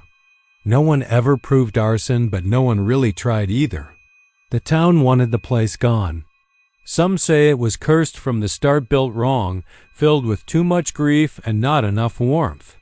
Some say it was the girl they called Mercy, the one left in a basket on the orphanage's doorstep with her name written in coal on a torn piece of muslin. The only thing that didn't burn that night was her nameplate on the nursery door, blackened but legible, stuck to a charred frame that still smelled of smoke decades later. They buried 27 children and 3 nuns in the same field. Behind the chapel ruins, though the bones never quite match the list of names. And even now, if you wander up the gravel road behind the hill at night and stand where the nursery once sat, you'll hear it. Not the wind, not some owl or animal in the brush. A baby crying soft, steady, and sad. That's what I heard. Wasn't looking for ghosts when I came to Mercy Hill. I wasn't one of those urban explorers with a flashlight and a GoPro, trying to catch whispers or floating orbs. I was just passing through, heading toward Lubbock from Austin, taking the back roads to avoid the mess on the I-35. I'd driven almost 8 hours before. I saw the rusted road sign at the turnoff painted over with graffiti, but still legible. Mercy Hill Orphanage, 1 mile. I hadn't thought about that place in years. Not since my grandmother used to whisper stories about it when I was little. She'd worked there for 3 weeks in 1930 before quitting and refusing to ever speak of it again. She told me once, during her last hospital stay, that she heard scratching behind the walls in the nursery even when the cribs were empty. Said she saw handprints on the ceilings, not the walls. Said there was something wrong with that building. Something watching. I should have kept driving. Instead, I turned down the road. I don't know why. Maybe it was the loneliness, the way the Texas dusk seemed too quiet, too still. Maybe it was the faded memory of my grandmother's face when she told me never to go there alone. I parked at the edge of what used to be the chapel's foundation.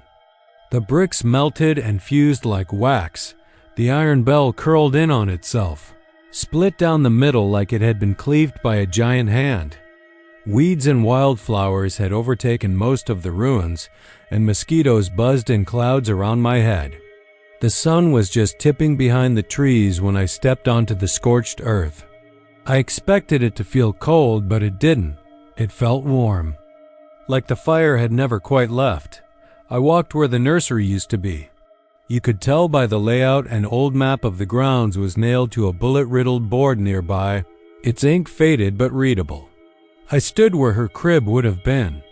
Mercy, the girl who never cried, they said. The one who stared at the ceiling for hours, unmoving. The one who, when the fire started, was never found. Not even a tooth. Some said she never existed at all. Others whispered she started the fire. No one agreed on much, except that when the flame stopped, she was gone. The ground beneath my boots was hard and blackened, as if the fire had seared itself into the soil. I looked around. The crickets were silent. No wind, no birds. Just the hum of my own blood in my ears. And then I heard it, a cry, faint at first. So soft I thought it was a trick of memory or the breeze catching just right. But it came again. Louder, sharper. A baby's cry, mournful, jagged, like it was scraping out of something dark and buried. My chest tightened. I don't scare easy, but that sound made the hairs on my arm stand up. I spun around. Nothing. No movement. No shadows. But the cry came again, and this time it wasn't just crying. It was calling. I backed away from the spot where I stood, the sound growing louder. Not echoing, not traveling. It was coming straight from the ground beneath my feet. I dropped to one knee and pressed my palm to the dirt, warm, throbbing, like a heartbeat. The baby cried again, and it sounded wet, like it was crying through fluid, through ash. And then I heard something else scratching beneath me. As if small fingers were clawing toward the surface, I stumbled back and nearly fell. My breath caught in my throat. I turned to leave, to run for my truck, but I froze. There was something standing by the edge of the chapel ruins, small, pale, wearing a scorched bonnet and a soot-covered dress. Her eyes were black, not just dark black, like holes torn through paper, bottomless and wrong. Her arms hung limp at her sides, her hands curled like claws. She opened her mouth but made no sound. Then she pointed slowly, deliberately toward the nursery spot. I turned to look, and the ground was moving, just a little, like something was pushing up from underneath. The baby was still crying. Louder now, desperate, hungry. I don't remember running back to the truck. I just remember the doors slamming shut and the tires spinning gravel as I peeled out. The last thing I saw in the rearview mirror was that little girl, standing in the middle of the blackened field, her mouth open wide. And finally, sound came out. Not a cry, not a scream. A laugh high, shrill, endless. I drove through the night without stopping. Didn't even glance in the mirrors again. When I reached Lubbock, I booked a motel and downed half a bottle of cheap whiskey before I passed out. I woke up with soot under my fingernails. My boots were still warm.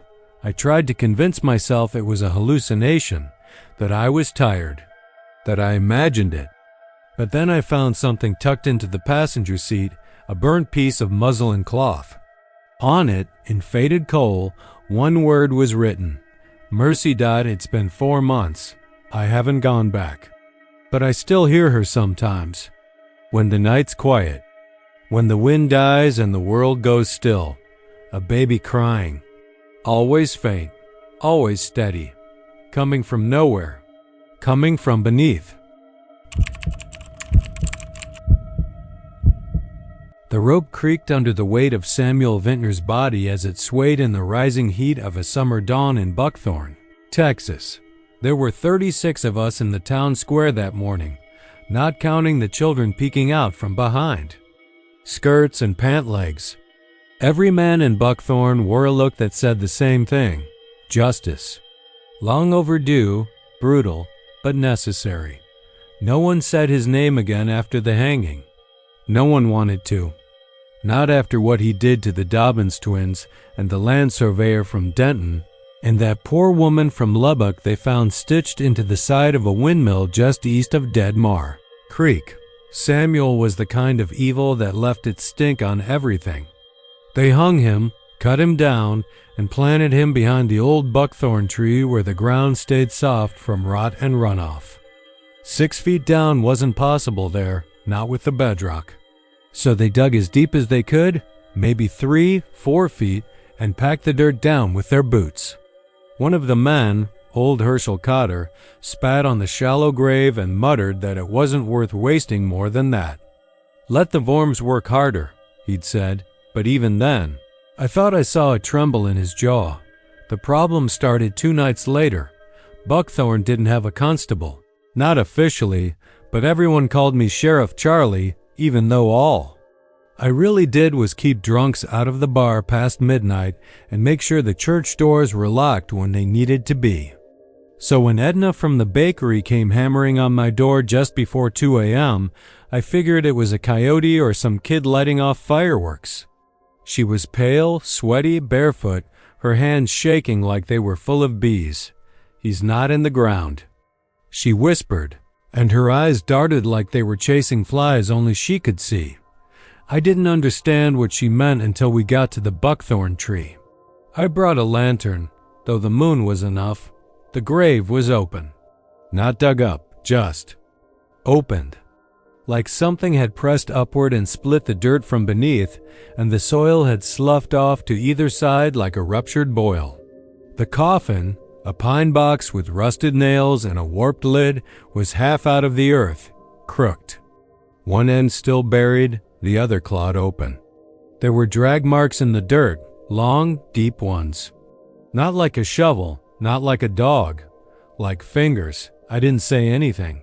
Just took Edna home, poured her a shot of whiskey, and went back out with 2 of the younger farmhands to fix the mess. We redid the hole. Deeper this time, with shovels and sweat and the kind of fear you try not to let each other see. But when we lifted the lid of the coffin, just to make sure God help us, we had. To Samuel's face was grinning. Not slack, not the bloated stillness of death. Grinning, mouth curled like a jackal, teeth clenched in a crooked sneer. I slammed the lid shut before the boys could see it too long.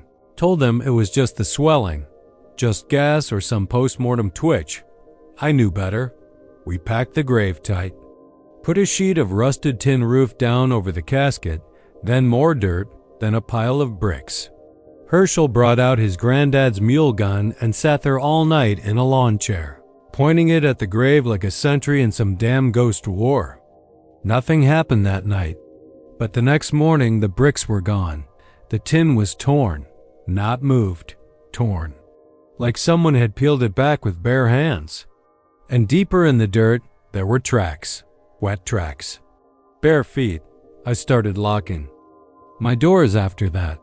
I'd never needed to before. Buckthorn was the kind of town where folks helped you fix your fence before you asked, where the church potluck ran out of peach cobbler before it ran out of gossip. But now the dogs were whining at night, scratching at the backs of sheds and hiding under porches. The birds stopped singing around the buckthorn tree. The ground near the grave got darker, even during the day, like the soil had spoiled. Rot was spreading through the roots of the buckthorn. The leaves browned and drooped. And still, he wouldn't stay in the ground. 3 days after the second burial, Miss Ida Granger saw something from her upstairs window, something walking along the edge of her cornfield just after midnight. It was tall and slow-moving, barefoot. It left wet prints across the gravel path even though there hadn't been rain in weeks. She said it stopped once, looked up at her window, and grinned out. By the end of that week, 5 more graves were found disturbed. All of them old ones, Civil War vets, babies lost to fever, a school teacher who died in '81. No bones were missing, but the earth had been stirred. like something was walking through the cemetery. Something that needed the ground softened. We tried burning the remains. Dug him up again and lit the coffin with kerosene. It took all night. The wood shrieked. Something inside the box thrashed, like it had weight and fury. One of the boys, Danny Beam, swore he heard laughter under the flames, like a rattling cough that wouldn't end. When it was over, we buried the ashes in 5 different places, salted each one. Sighed prayers. Didn't matter. A week later, the graves reopened, all 5. No ashes inside. Then people started disappearing. First was Herschel. Found his lawn chair empty one morning, shotgun broken in 2 beside it like it had been snapped. Then young Danny, out checking his cattle fence. His hat turned up in the field. The rest of him didn't. Then Edna. Poor sweet Edna, who only ever wanted to make cinnamon rolls and sing hymns on Sundays. Her bakery door was still locked from the inside, but the back wall was broken, pushed in, not out. Claw marks in the brick, and the smell, God, the smell, it was like old pennies and burning fat. There were noises now every night. Under the floorboards, in the trees. Something scratching at windows. One family packed up and left without saying a word. Another tried, but their car caught fire halfway out of town. The sky over Buckthorn turned red at dusk. Not pink, not orange-red. And the church bell, which hadn't worked in years, started ringing. Only at night. No one was pulling the rope. The last time I saw Samuel Vintner, he wasn't Samuel anymore. Not exactly. He came to me just before dawn. I heard the back door creak open like a sigh. I had the revolver ready, but he didn't move fast. Just stood. In the kitchen doorway, tall and wrong. His skin was stretched too tight, pulled like leather left too long in the sun. His eyes were white, milky, and swollen, and his grin hadn't left. His voice was gravel soaked in oil. "You didn't bury me right, Charlie," he said. "I got more to do. I fired twice." It didn't matter. He kept smiling. Then he walked back out into the morning like fog. No one lives in Buckthorn now. Not really. What's left are the husks of things. Empty houses, silent fields, fences broken and never fixed. The trees lean the wrong way. The buckthorn tree is dead, black as coal, but its roots keep spreading. Every so often, someone goes through, maybe a hiker or someone lost. They don't come back, and if you ever pass near that place, if you hear something dragging in the dirt, if you catch a wet footprint where there should be dust run, don't look back. Don't wait to see what crawled up from the shallow grave, because he's not done yet, not even close.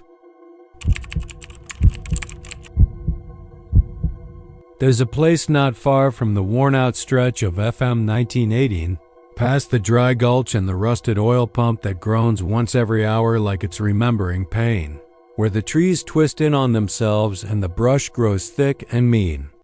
Locals call it Dead Man's Hollow, and they don't go near it after sundown. Some won't even say its name outright, as if to speak it is to invite it closer. It's not marked on modern maps, but if you follow the old cattle fence with the 3 bent posts, take a left at the tree with lightning scars on both sides, and walk about 200 paces east through tangled brush and scattered bones of forgotten deer, you'll come to a clearing with something that doesn't belong. The house, if you can call it that, looks like it was dropped from the sky and left to sink into the ground like rot. Weathered cypress wood, warped and gray, lines the structure, and the roof is shingled with rusted tin that clatters even when there's no wind. But it's what's inside that people remember, even if they won't admit to having seen it. It's not haunted in the traditional sense. There are no whispers in the dark, no cold hands reaching from closets, no blood dripping from the ceiling. No. What it has is worse. Mirrors. Dozens of them. And they show you things. It started, far as anyone knows, in 1938, when the hollow was still home to a tiny settlement called Fernlow. You won't find it on record anymore. Courthouse fire in '52 wiped most of the archives, but if you ask the oldest folks in Dewhurst or Miller's Gap, they'll nod like they remember. The story goes that a traveling preacher named Harmon Cruce passed through town with a cart full of mirrors. Said they were blessed. Said they showed the truth of one's soul. Folks bought them, hung them in their kitchens and parlors and outhouses, laughing at their distorted reflections or shrugging off the odd chills they felt afterward. Until people started seeing faces that weren't their own, not all at once. It began subtly, just a twitch in the corner of the eye, a blink that happened in the glass but not on the face. Then came the expressions. You'd be brushing your teeth and suddenly realize your reflection looked smug or terrified. Or worse, it looked like it was trying to tell you something you couldn't hear. Then folks started seeing strangers in the glass. Pale men with no pupils. Women with mouths stretched too wide. And sometimes the face would change mid-look shift. While you watched it, bones cracking into new shapes, eyes pleading. It drove people mad. Harmon Cruce was found one Sunday morning dangling from the rafters of the chapel. Every mirror in his cart shattered into gravel. After that, the town fell apart. Families left. Others disappeared. One family, the Glovers, were said to have been swallowed whole. House gone, even the foundation. Just a scorched patch of grass and a single, unbroken mirror lying flat in the fat center, reflecting nothing but gray sky no matter the weather. The house in Deadman's Hollow is said to be where Cruce spent his last nights. That's where the mirrors ended up. No one brings them in. No one carries them out. They're just there, propped against the walls, some hanging by nails that look ready to fall, others freestanding like dressing mirrors, their frames gnarled with rot. No two show the same thing. Some show the room you're in, but off, like it's breathing. Others show empty rooms that don't exist. One, they say, shows the chapel before Cruce was found, with candles burning and something black crouched behind the pulpit. I went in once. I wasn't drunk or dared or paid to. I just needed to know. My sister Lacey disappeared out there when I was 13. She was 17. Said she heard a voice calling her name in the woods. Went in before anyone could stop her. They never found her. Not even a shoe. I waited. 15 years before I got the nerve. Came back to Dewhurst after college, working the county records office, and started digging. Found mentions of Fernlow in old journals. Scrawled references to truth mirrors in the back of hymnals. Eventually, I found the hollow. Took me 3 tries. The air got heavy as I neared the house, like my lungs were filling with wet cotton. The door was open, of course. Inside, it was silent, not quiet silent. Like the walls swallowed sound. No floor creaks, no birds, no wind. Just a thickness that felt like being watched by someone standing right behind your eyeballs. The mirrors were everywhere. Dozens, maybe more. None of them showed me. I stepped in front of the first, an oval with a frame of rusted iron, and it showed a man in my clothes, but older, gaunt, with hollow cheeks and skin like paper. He was crying, blood dripping from his eyes. I backed away, tried another. Square one this time, shattered slightly on the edge. This one showed me again, but behind me stood Lacey. She looked the same age as when she vanished. Same yellow shirt, same freckled face. But her eyes were all wrong. Too large, too knowing. Her mouth moved like she was saying my name. But there was no sound. I spun around. Nothing behind me. I kept going. Mirror after mirror. Some showed the house burning. Some showed a version of me clawing at my own face. One showed a woman giving birth in a field, but when the baby came out, it had no face. One mirror, the largest one, showed the chapel, the old one from the stories. Cruz wasn't hanging. He was standing in the aisle, hands raised like a puppet on strings, mouth slack and open, and from it poured smoke. Behind him stood dozens of those faces, pale, unfamiliar, watching me. I screamed, I think, but it didn't echo. I tried to leave. The door was still open, but every time I passed a mirror, I saw a new version of myself, deformed, crying, burning, dead. Then one showed Lacey again. This time she was right up against the glass, hands pressed flat, mouth wide like she was screaming my name. Her eyes darted to the side towards something I couldn't see. Then I heard the voice, not from outside. From the mirror, a whisper that was also a growl. Trade. I ran. I didn't think. Just bolted through the door, stumbling over roots and branches and falling into the thorns. I didn't stop until I hit the fence line with the bedposts, and by then my legs were shredded and bleeding. That was 3 years ago. Since then, the mirrors have started showing up. Not in the hollow, I haven't gone back, but around town. One turned up in the church basement during a renovation. Another was found in a barn after a fire. A woman claimed she saw her dead son smiling at her in the mirror before she jumped off the grain silo. Kids say the football field lights flicker if you say Fernlow 3 times while looking into your phone's front camera. A sheriff's deputy shot himself in front of the locker room mirror after claiming it was showing him aging in real time. Me? I live alone. No mirrors in my house. None. I shave in the sink by feel. I black out the TV when it's off. But sometimes I see her anyway. In the glare off my coffee. In the curve of a window at night, Lacey, just watching. Still 17. Still silent. And every time her mouth moves the same way, trade. Trade. The mirrors in Dead Man's Hollow don't show reflections. They show debts unpaid. They show the faces of those left behind, twisted and stretched, looking for someone to take their place. I think the town knows it. I think the land remembers. That's why the faces change. They're looking for the next one. And someday, one of those mirrors will show your face. Not as you are, but as you will be when they find you, because they always do.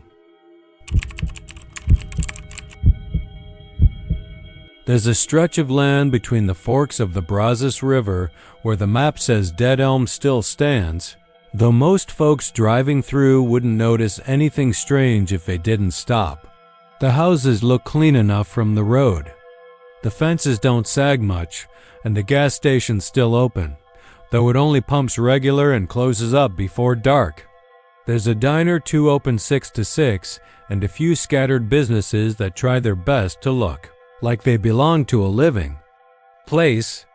But that's just what you see if you're passing through, maybe heading west toward Abilene or cutting up to Wichita Falls. If you stop long enough to look into people's eyes, though, you'd notice they all seem tired. Not just worked over. Tired, but bone-sucked, mind-fraying tired. Like they haven't rested in years. And you'd be right. The locals don't talk about it to outsiders. Hell, they barely talk about it among themselves.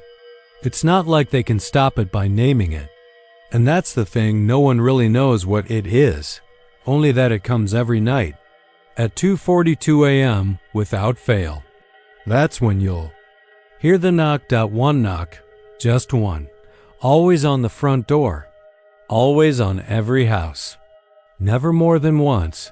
Never on a window or a side wall or a back gate. Just a single, deliberate, almost courteous knock. If you were awake, you'd hear it. Like a deep echo in your chest. If you were asleep, it would pull you up out of whatever dream you'd been clinging to, yanking you into a cold sweat, like someone just whispered your name in a voice not meant for ears. The town of Dead Elm doesn't sleep. Not really. Nobody. Makes it past 30 minutes at a time. You drift off maybe around 10 or 11. By midnight, you're stirring. By 1, you're glancing at the clock. And by 2:30, You're sitting upright in bed, whether you want to or not. People tried alarms, sleeping pills, heavy drinking. One guy even tried general anesthesia once he was a vet tech, thought he could knock himself out for the night. But none of it worked. No matter what, they all woke up at 2:42, and they all heard the knocked out. They say it started around 1981. That's when the old sawmill shut down and people started leaving in quiet droves. The town council said it was the economy, but some folks, old-timers, mostly said it had to do with the elm tree. The one that grew smack in the middle of town square, the one nobody could explain. It wasn't just old, it was ancient. Black. Bark, roots like ropes twisted through concrete, and dead leaves even in summer. They said it was already there when the town was founded, and that it had always been dead, but it never fell, never withered, never cracked. It just stood there, black and brooding, like it was watching. Then, in '81, some developer from Houston came through, said he wanted to put up a strip mall, and the first thing he did was cut the elm down, chopped it up, and hauled it off. Next day, he had a stroke in his motel shower. Never spoke another word. That same night, the knocking started. Most people wrote it off at first, thought it was pranksters or coyotes or bad plumbing, but it didn't stop. And it wasn't random. It happened to every home, even the abandoned ones. Especially the abandoned ones. A single knock, once per night, same time, every time. And over the weeks, it got heavier. Not louder, just heavier, like it was leaning on the door. Like whatever was knocking didn't need to knock. It was just being polite. By the end of the first month, no one was sleeping through the night. Kids started crying in their sleep. Dogs howled at doors and wouldn't come inside. A teacher named Miss Langdon tried to move away, got about 10 miles out before her engine locked up. She was found wandering barefoot through the brush, muttering about someone who had been following her car on foot. Said she saw them in the rearview mirror every mile, but they never sped up, never slowed down. Just walked and smiled. Her family took her to Dallas. She bit a nurse and never came back. The town sheriff back then, a guy named Earl Vickers, tried to bring in help. Called the county, the state, even the feds when things got bad enough. They humored him, came out once or twice, checked for gas leaks or environmental contaminants. Found nothing. Said stress and rural isolation could do funny things to folks. Earl didn't argue, just nodded and kept the town running the best he could. He was found dead in his cruiser 2 years later, parked behind the old fire station, with his badge melted into his chest and both eyes wide open like he'd seen something he couldn't unsee. The town tried things, community vigils, religious cleansings. One year, they even formed a line and stood outside every house at 2:42 a.m., determined to look the thing in the eye. But it didn't knock that night, just waited. Next night, it returned. And the woman who suggested the vigil, Martha Runnels, found her kitchen full of footprints the next morning. Muddy, child-sized, barefoot prints. She lived alone. There are no new babies born in dead elm anymore. People don't stay long enough. The diner waitress has a grown son who moved to Amarillo when he was 17 and never called back. A mailman. Retired in 1999 and burned his house down before he left. Said he wasn't giving it another door to knock on. The school closed in 2008 when the last student dropped out. The last 2 churches sealed their doors in 2014 and haven't reopened. No one really dies anymore. Not naturally, at least. People either leave, or they vanish, or they lose themselves slowly and quietly, sitting on porches with glazed eyes, whispering things they don't remember saying. But the knocking keeps coming. Every house, every night. One knock. Just one. But that's all it takes. You try living like that, never sleeping more than a half hour at a time, never dreaming, never truly letting go of the waking world. Your mind starts to split in little ways. You forget how old you are. You lose track of days. You start seeing things out the corners of your eyes, shapes, movement, shadows that duck away the moment you try to look straight at them. You start wondering if it's even knocking at all, or if maybe it's always been inside and it's just trying to remind you. Sometimes people claim they've seen it. Not directly, just pieces. A long hand around the edge of a porch column. A leg stepping off a stoop. Once, a man named Corbin swore he opened the door before the knock and saw something standing in the fog. Said it wore a coat made of broken glass and had no face. Just a blank space where one ought to be, like fog trying to form a memory. He died 3 weeks later, screaming in his backyard, hands clawing at his own face. They buried him with gloves. On dead elm still gets mail, still pays taxes, still looks like a town that ought to be fine. But no one new moves in, not unless they're running from something worse, and even then, they usually figure out the mistake before the first week is over. Realtors don't list the homes anymore. The state stopped maintaining the roads. GPS systems don't quite route you through it, even though the highway's still there. It's like the place is trying to fall off the map, trying to disappear piece by piece. But the knocking never stops, and if you stay long enough, if you listen long enough, if you lose enough sleep to forget your own name, you'll start to understand. Something about it, something nobody ever really says out loud. It's not just going door to door. It's not just tapping to be let in, it's counting, keeping track, waiting for someone to answer. And maybe one night, someone will. They still talk about the way the sky looked the day they hung Eleanor Bishop. Not just the weather, but the sky, the hue of it. Sickly blue, like a bruise starting to heal. No wind, no birds. The town of Briar's End, tucked between the dying. Cotton fields and those clawed-up cedar groves out past Hollow Road was never much for justice, but that day, they thought they had it. Or at least, they convinced themselves they did. Eleanor wasn't from Briar's End. She'd come there the year before, renting the house near the old feed mill where nobody else would live, not since the Carter twins died in their sleep with blood leaking from their ears and no clear reason why. People said Eleanor didn't act right from the start. Said she talked too soft, said she walked too slow, said her eyes were always a little too wet, like she was carrying around something she couldn't spit out.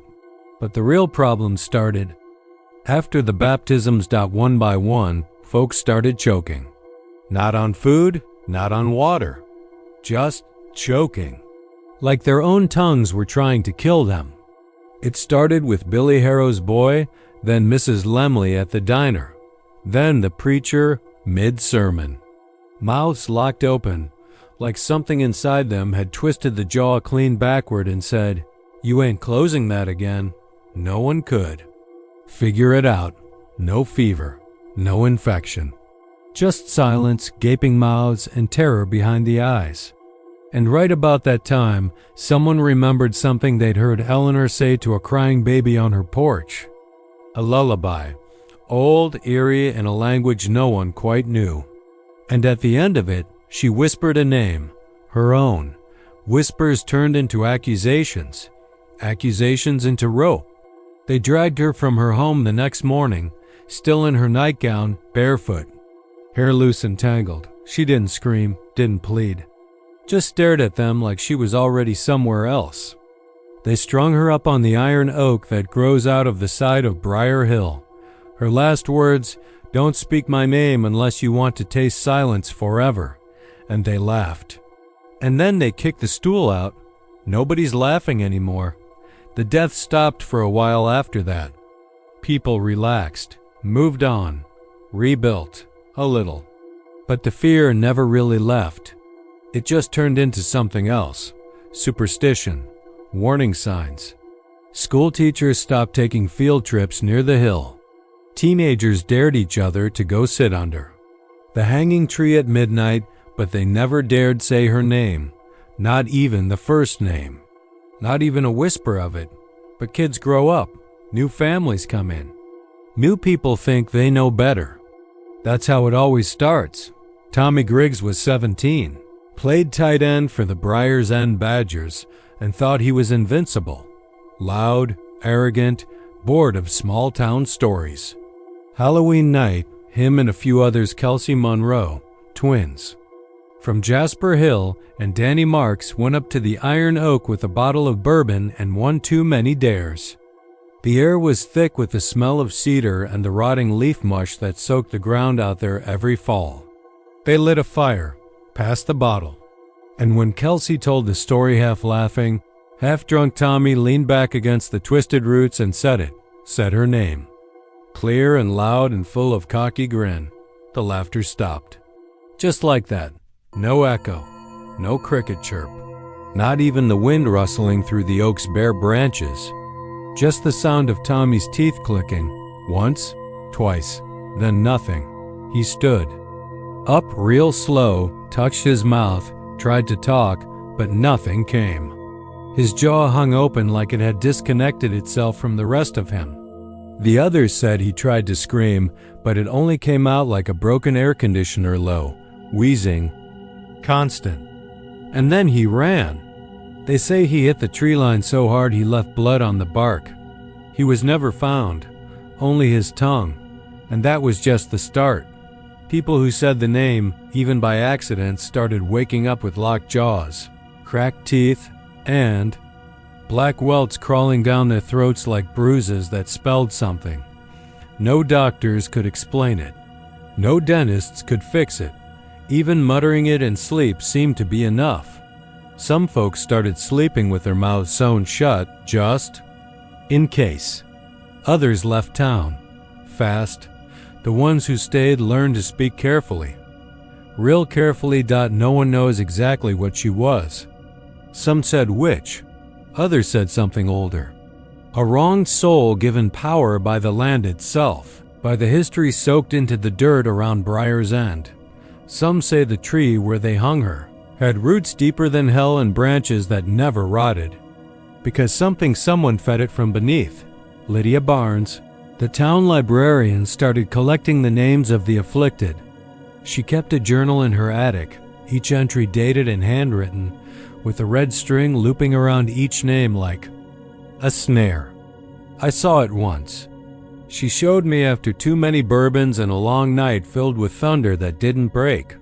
The list had dozens of names, many I recognized. Some I didn't. A few had crosses marked beside them, the dead ones. But what chilled me most was the blank space at the bottom, a big space. As if she knew more were coming, and they did. The mailman, the woman who ran the bakery, the school principal, a 5-year-old who didn't know better and whispered it into her dolls. Here during playtime, they all went silent, and when they buried them, every coffin had scratch marks on the inside.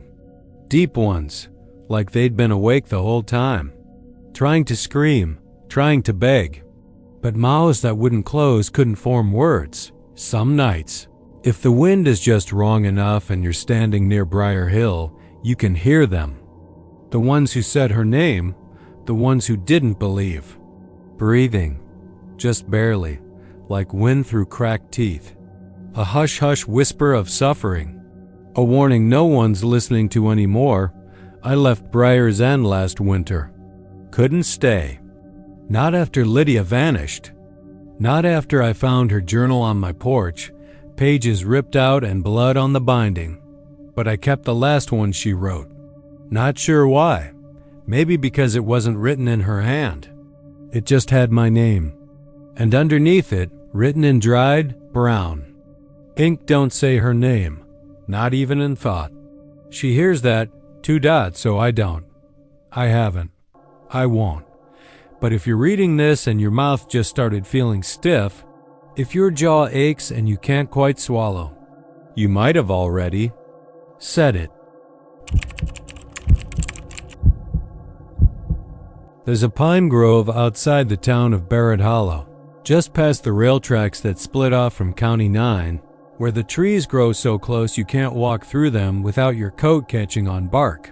Locals call it widow's pine, named after the burial ground inside it, an old forgotten cemetery where most of the town's earliest settlers were buried back in the 1800s, long before anyone put up streetlights or paved roads.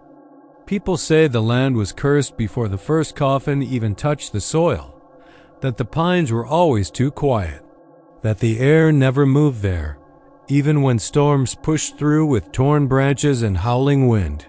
I never believed that kind of talk growing up.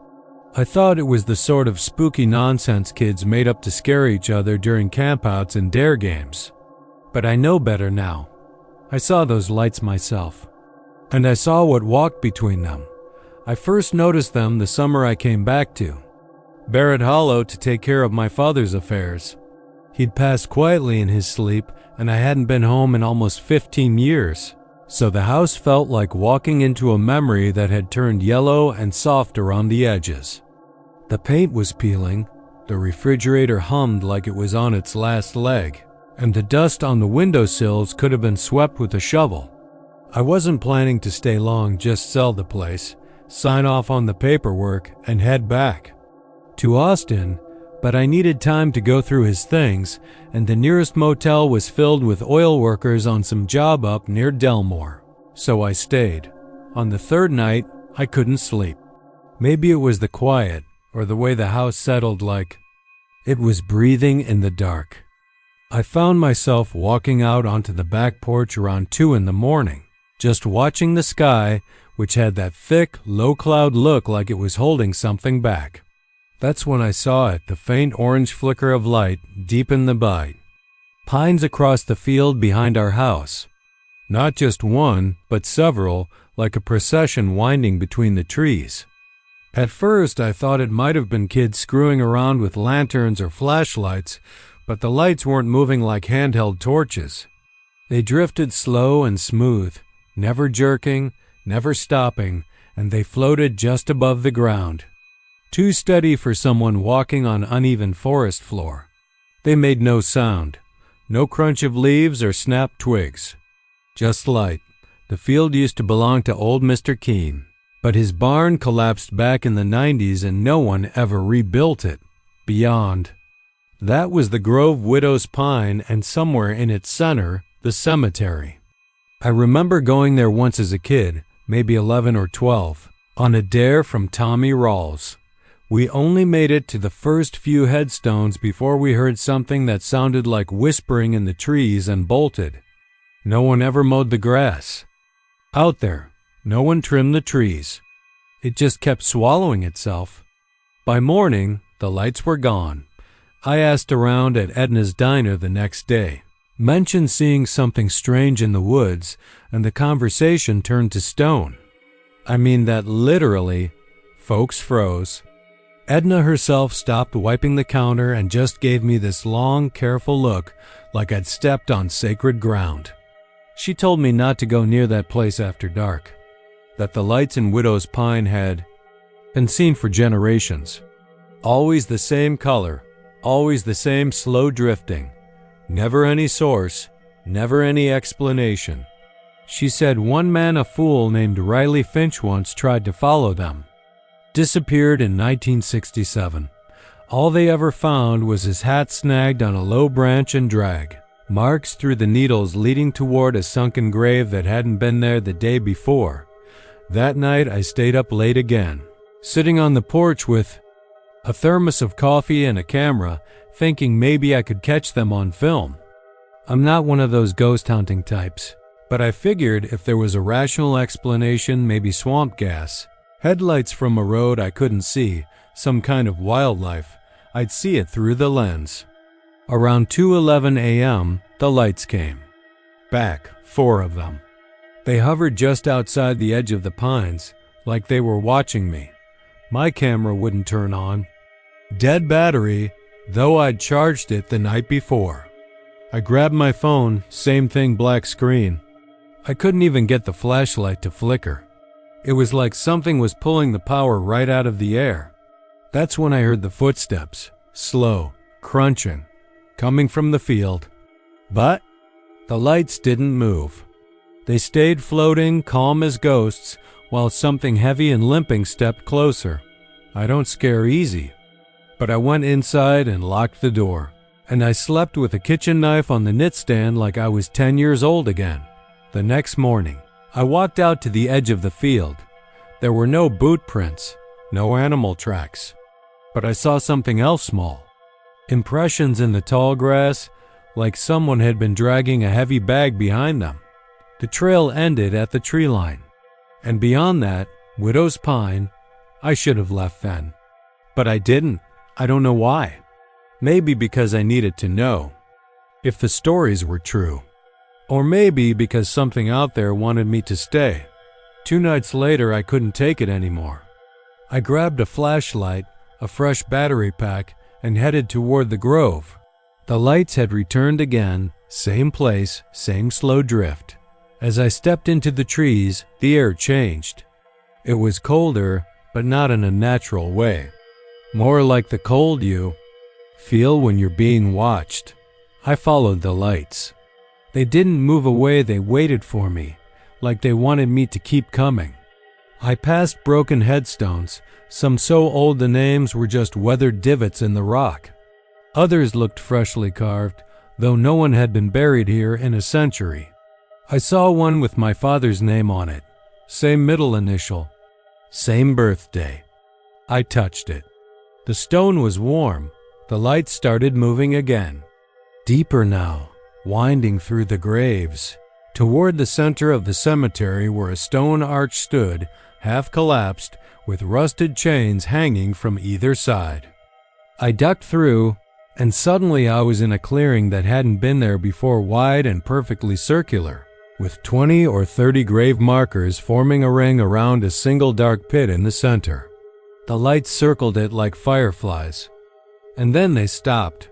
I heard breathing, slow, wet, and it wasn't mine. I turned around. Nothing behind me. I turned back. A figure was standing on the other side of the pit. It wasn't holding a lantern. The light came from inside its chest, soft and flickering, like something burning behind its ribs. I couldn't see its face, only the silhouette, but it raised one hand and pointed directly at me. Then I heard the others, dozens of footsteps. Coming from the graves, they were getting up. I ran. I don't remember how I made it out. The trees kept shifting. Branches reached for me. The lights followed, close to my heels, their glow turning red now, like hot coals instead of flame. I didn't stop until I burst out of the woods and fell flat on the grass behind the house, gasping, sweating, shaking. The next morning I went back to the clearing. It wasn't there. No arch. No pit, just a thicket of brambles and fallen branches. I searched for hours. Found nothing, but the lights come every night now. Every night, without fail, at the same time. And they're getting closer to the house. Last night, I saw one float up onto the porch and linger at the window. It wasn't a lantern. It was a skull. Lit from within, grinning, and I don't think it's waiting anymore. I think it remembers me. I think I followed it too far. And it's time I came back. They say the winters don't hit Texas the way they used to, that the cold doesn't bite like it once did, that lakes don't freeze over anymore except in old stories and older lies. But Flat Lake still remembers. The people of Callahan County. Don't talk much about it unless you've lived there long enough to know when not to ask. A coffee shop waitress might let it slip when she's pouring your third refill and the snow taps soft against the windows. The sheriff might mention it with a dry cough while staring across the tree line, his eyes distant like he's counting ghosts. But no one ever tells the full story. They only talk around it, like circling a pond they know better than to wade into. Back in 1985, that lake took a man and his boy, Harold Wexler and his son, Jamie. They lived in a house off County Road 9, the last one before the forest thickened. and the lake spread like a lazy grin behind it. Harold was a quiet man, worked overnights at the Cotton Gin and kept to himself otherwise. Jamie was 8, a good kid, folks said, always with a backpack full of comic books, always skipping stones. Across the lake in the afternoons like it owed him wishes. It was early January when it happened. The kind of cold that makes your bones feel like glass. The lake had frozen hard, not just with a skin of ice, but thick and white all the way across. People said you could drive a truck on it, though no one tried. Jamie went out onto the lake that morning, looking for one of the ducks that had frozen mid-flight and fallen like a stone. Harold must have seen him from the kitchen window because he came running out not long after. They say the boy fell through first, right in the middle where the ice was thinnest. Harold didn't hesitate, he just ran onto the ice and dove in. After him, neither came back up. They dragged the lake for days. Divers, boats with long hooks, even dogs sniffing along the banks. Nothing. The sheriff at the time, McHenry, called it off by the end of the week. Said the current probably carried them under, deeper than any rope could reach. The lake was deeper than most folks realized. There were stories about sinkholes down there, tunnels that hadn't seen light in 1,000 years. Some said the water was older than the land around it. What made it worse was that neither of their bodies ever surfaced. It was like Flat Lake had swallowed them whole and decided not to spit them back out. The Wexler house sat empty after that, the kind of empty that seeps into the walls and curls up in corners. By spring, the roof had already started to cave. No one wanted to buy it. No one wanted to walk near the lake either. It was like grief hung thick over the place, a silent weight no one could brush off. 40 winters passed. Some colder than others, but never cold enough to freeze the lake solid again. That was until last year. December came sharp and mean. Early frost, black ice on the roads before Thanksgiving, and a storm system no one had forecast. The lake froze. Thick, like it remembered. The first person to see them was an old woman named Mrs. Langston. She lived in a trailer half a mile down the road and still walked her dog every evening. She told the sheriff she saw 2 figures out on the lake, walking hand in hand, the boy a little behind the man like he was being led. They were pale, not from the snow, but from something else like candle wax left out in the cold, she said. She knew it was them, knew it in her bones. Same faces, same gait. Harold's limp from a car wreck in '79. Jamie's slouch from the backpack he never seemed to put down. She even remembered the red mittens the boy always wore. She swore they were the same. The sheriff, now a man named Colby, drove out to Flat Lake the next morning. The snow was fresh and no one had walked across it. But halfway toward the center, there were tracks. Not deer, not boots. Bare feet. 2 sets, pressed into the snow and ice like they'd been burned in. Colby followed them as far as he dared, but the trail stopped near the center. Not faded, not softened, just ended. No scuffs, no sign of turning back. Like the 2 had walked halfway out into Flat Lake and vanished. That's when the dream started. Not just one person. Not just once. Half the county had them. They varied in detail, but the core remained.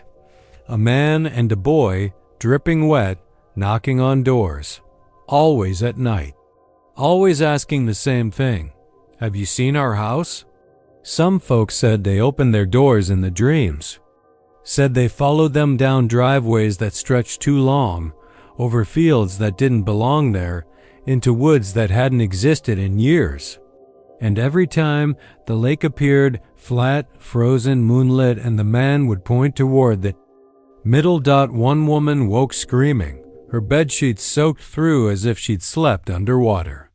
Another, a rancher named Ellis, shot up from his chair one morning and claimed he'd been walking across the lake for hours, that the boy had led him to a hole in the center and asked him to jump in.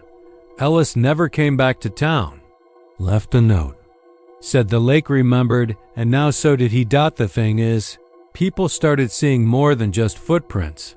On the coldest nights, lights flickered across the ice, like lanterns swinging or reflections where no one stood. Then the scratching started. Soft at first, like fingernails on glass. Folks who lived closer to the lake said they heard it most nights around 2 a.m. slow drag across the ice, circling the edge of the lake like something was pacing beneath the surface. Dogs wouldn't go near the water anymore. One girl's German shepherd bit through its own leash trying to run from the shore. Then came the night that broke it all. Teenager named Casey Moore went missing on New Year's Eve. Last seen walking toward Flat Lake on a dare, bundled up but drunk, shouting that he'd make it to the center and back before midnight. His footprints made it halfway. His phone was found near the ice hole that had only just begun to thaw. It was still recording, battery clinging to its last few seconds. The video's grainy, but you can hear it. Footsteps, then breathing, then soft, almost sweet a child's voice. We found it. Then static. The town doesn't go near Flat Lake now. They put up a sign, private property, keep out, but no one needed the warning.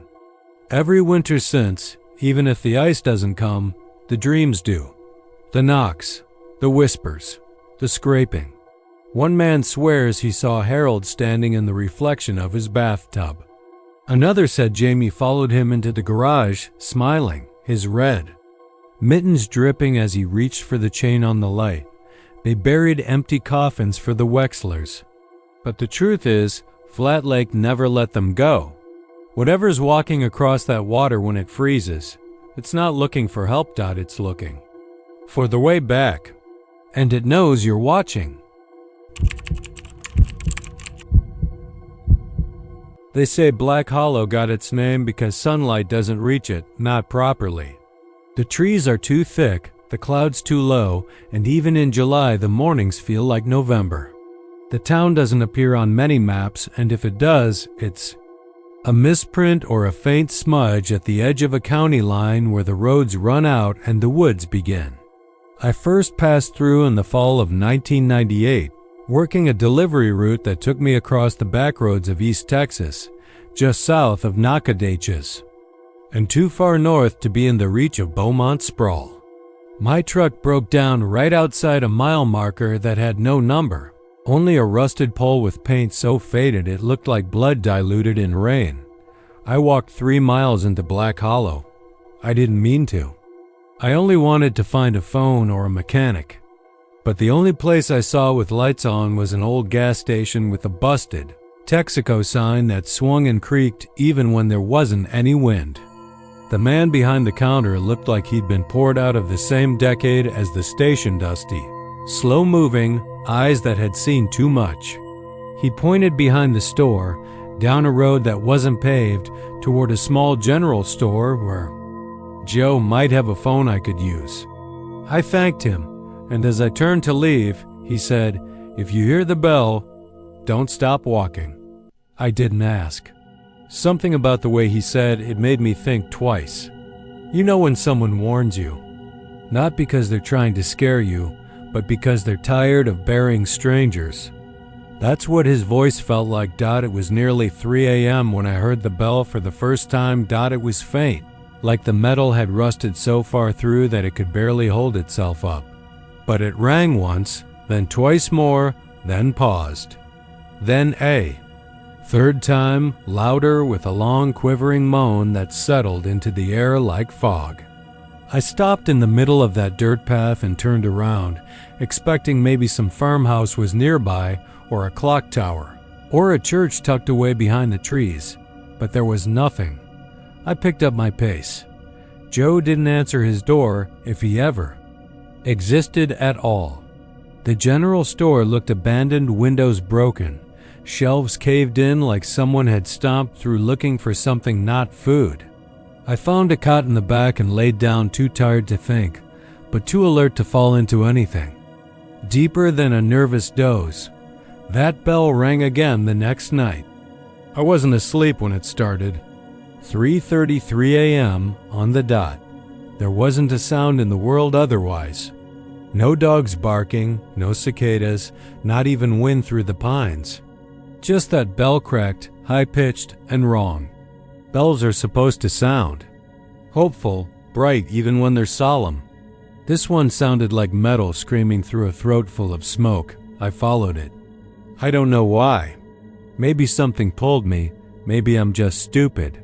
Or maybe sleep deprivation can get tangled up with curiosity in a way that feels like possession. Black Hollow Church isn't on the main road, and no one in town will tell. You have to find it. That's because they don't have to. If it wants you, you'll get there just fine. The trail I followed wasn't really a trail, not at first. It was more like the trees had leaned just enough to form a crooked path, and beneath the rotted pine needles there were stone slabs, some still marked with old carvings and others too worn to tell. I walked for what felt like 20 minutes, maybe more, and then the trees pulled back like a curtain. There was an old white church with peeling paint, its steeple leaning sideways like it had snapped at the base and been nailed back into place. The windows were covered in thick soot or dirt, and the door hung half open. The bell was still ringing, slower now, like it was winding down. Inside, the pews were still intact, though warped and blackened like they'd been through fire. A fine layer of ash coated everything, and my footsteps left prints like I'd disturbed. A grave, no altar, no cross. Just a stone podium in the center where something used to stand. The air stank like burnt meat and mildew and something sour that clung to the back of your throat. That's when I saw the names on the wall. Hundreds of them, carved into the wood panels on the far side. No dates, just names. Some were clear, some were fresh. The last one was mine. I stared at it until I heard the bell again. Closer. I turned. A figure stood in the aisle. Not walking, not breathing, just there. A woman in what might have been a choir robe once, the fabric scorched around the hem. Her face was shadowed, but I saw her eyes wide, lidless pupils so white they glowed faintly in the dark. She didn't move toward me, but the air around me started to hum like wires strung too tight. I backed out. Slowly, keeping my eyes on her, never blinking. My boot hit the edge of a pew and I nearly tripped, but I caught myself. She hadn't moved, but now there were more figures in the pews. Faces slumped forward, hands on laps. Silent, like they'd been waiting for the sermon to begin. I left. Ran through the woods like hell was on my heels. Didn't care if I got lost. I broke through the tree line near the Texaco and collapsed on the pavement. Breath gone, heart hammering. The man behind the counter was still there. Same expression. He didn't ask what happened. Just handed me a bottle of water and said, "You heard it again, didn't you?" I nodded. He looked down, jaw tight. That church don't ring on its own. It rings for the ones it claims. I asked him what that meant, but he wouldn't answer. Just muttered something about the old congregation that burned alive in 1932, doors nailed shut, fire started in the basement. Something about a pastor that never left. I left town that morning. Towed my truck myself. Never came back, but I've heard it since. The bell in dreams at first. Always at 3:33 a.m. Then waking up with ash on my sheets, footprints leading to my door and stopping there. Then the call's no number, just silence when I answer. Last night, the bell rang from my backyard, and I knew I'd run out of time. I'm writing this from a motel 3 states away. Doesn't matter. I'll hear it again tonight. Maybe you will too, if your name's on the wall now. Maybe you wandered too close, heard that cracked ringing, and looked back when you shouldn't have. Maybe you asked too many questions about places people forgot on purpose. If you hear the bell, don't go looking. Don't answer the knock. Don't speak to the ones in the pews, because it rings only when it's already too late. It had rained the night before they found it. The kind of rain that doesn't just soak through your jeans but sinks into your bones. In Cypress Loop, that mattered more than usual. The clay out here doesn't just take water, it swells with.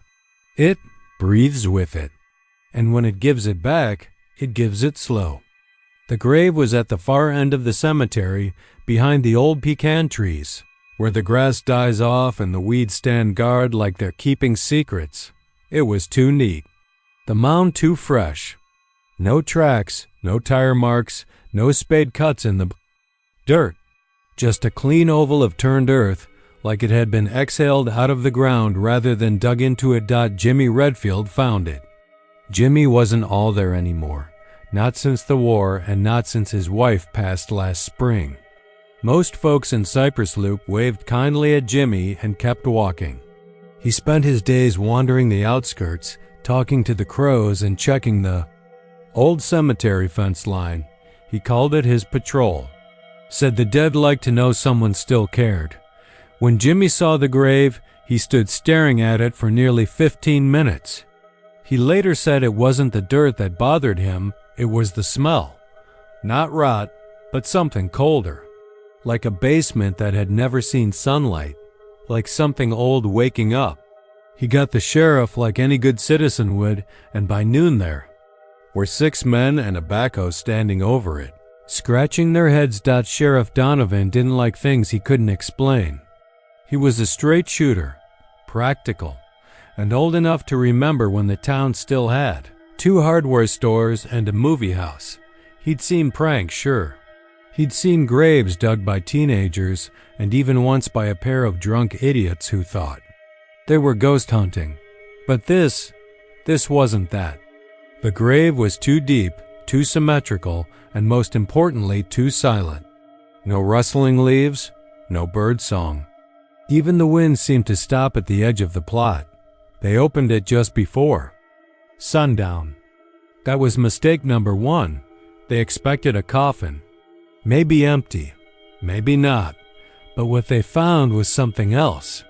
It was a pine box, all right, but old, weathered, and stained. The nails dark with rust and too warped to have come from the town's current lumberyard. When they pulled the lid open, the body inside blinked. He was alive. Pale. Mouth stitched shut with something black and thick, like fishing line soaked in ash. His arms crossed on his chest like he'd been posed. His eyes, those dull, wet eyes, moved back and forth, tracking every face above him. But he didn't scream. He couldn't. He just lay there and trembled, like something was shaking him.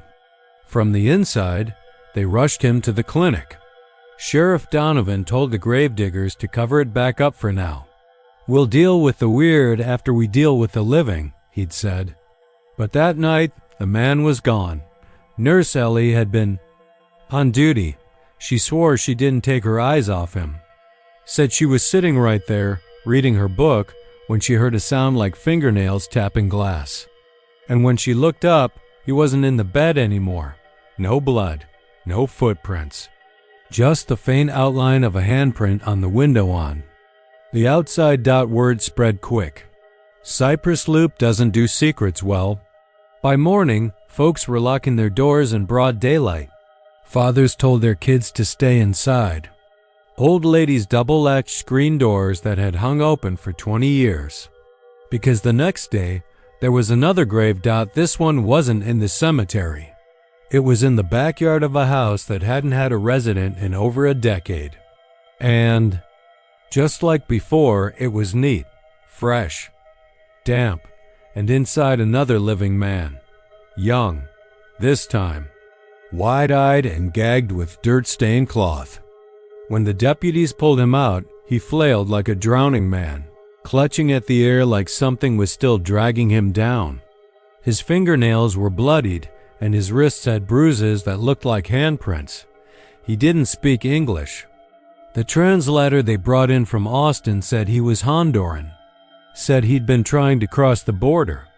Said he blacked out somewhere in Eagle Pass, and when he woke up, he was in the grave. Sheriff Donovan started looking through town records. Missing persons, burials, old property deeds.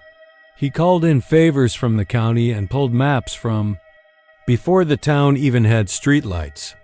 He found something that made his hands go cold. There was a third grave site marked on an old map, one that didn't exist anymore. Buried under the new post office dot, he told Jimmy first. Maybe because Jimmy understood the dead. Maybe because he was the only one left who remembered how the town used to whisper about the old loop, how the first settlers here had come looking for oil and found something else. Jimmy nodded and said only, "They're coming home." The third grave showed up 3 nights later, and this time someone saw it happen. 12-year-old Gabe Martinez had snuck out to meet his friends by the creek. He was hiding behind a cedar stump, trying not to cough, when he heard digging. Not shovels, not metal, just the sound of soil parting. He looked up and saw 5 shadows standing in a circle, not moving, not talking, just watching. And in the center, the ground opened, slowly, like it was breathing. When it was done, the shadows melted into the trees. Gabe swore he saw one of them turn its head and smile at him. Its eyes were hollow. The town went into a kind of panic that small towns aren't good at. No riots, no torches, just fear. Quiet, creeping fear. Church services tripled. No one talked about it at the diner, but no one talked about anything else either. You could see it in their eyes, waiting, watching their yards. Then the last grave appeared, back in the cemetery this time. A perfect circle of dark clay. No box, no body. Just a hole. Jimmy stood beside it when the sun rose, eyes glassy, fingers trembling. "It's for me," he whispered. "I remember now. I dug the first one." Sheriff Donovan tried to calm him, tried to talk him down. Jimmy wouldn't budge. Said he'd been one of the oil workers back then. Said they'd found a chamber underground, something older than bones, something that hummed. He said they didn't mean to wake it, but once you wake a thing like that, it doesn't forget. It waits, and when the oil ran dry, it started calling. Donovan told him to go home, get some rest. But Jimmy smiled in that empty, worn-out way and said, "I already did." Then he stepped down into the grave. They tried to stop him. But by the time they reached the edge, the dirt was already closing over him like a sigh. No hands, no shovels. Just earth, folding itself in like it was tucking a child into bed. That was 6 months ago. The cemetery's been quiet since. But the grass around that last grave never grew back. The dirt stays loose like it's still breathing. And on some nights, especially when the moon is thin and the air feels too still, people say they hear the sound of digging again. Not frantic, not angry, just patient, like something waiting to be remembered, or something that remembers you. The school sat on the edge of Thornwood Hill, hidden under a canopy of live oaks and tangled vines, the kind of place you didn't notice until you were already too close. The main building, an old limestone structure with boarded-up windows and rusted metal frames, hadn't seen a single student in over a decade.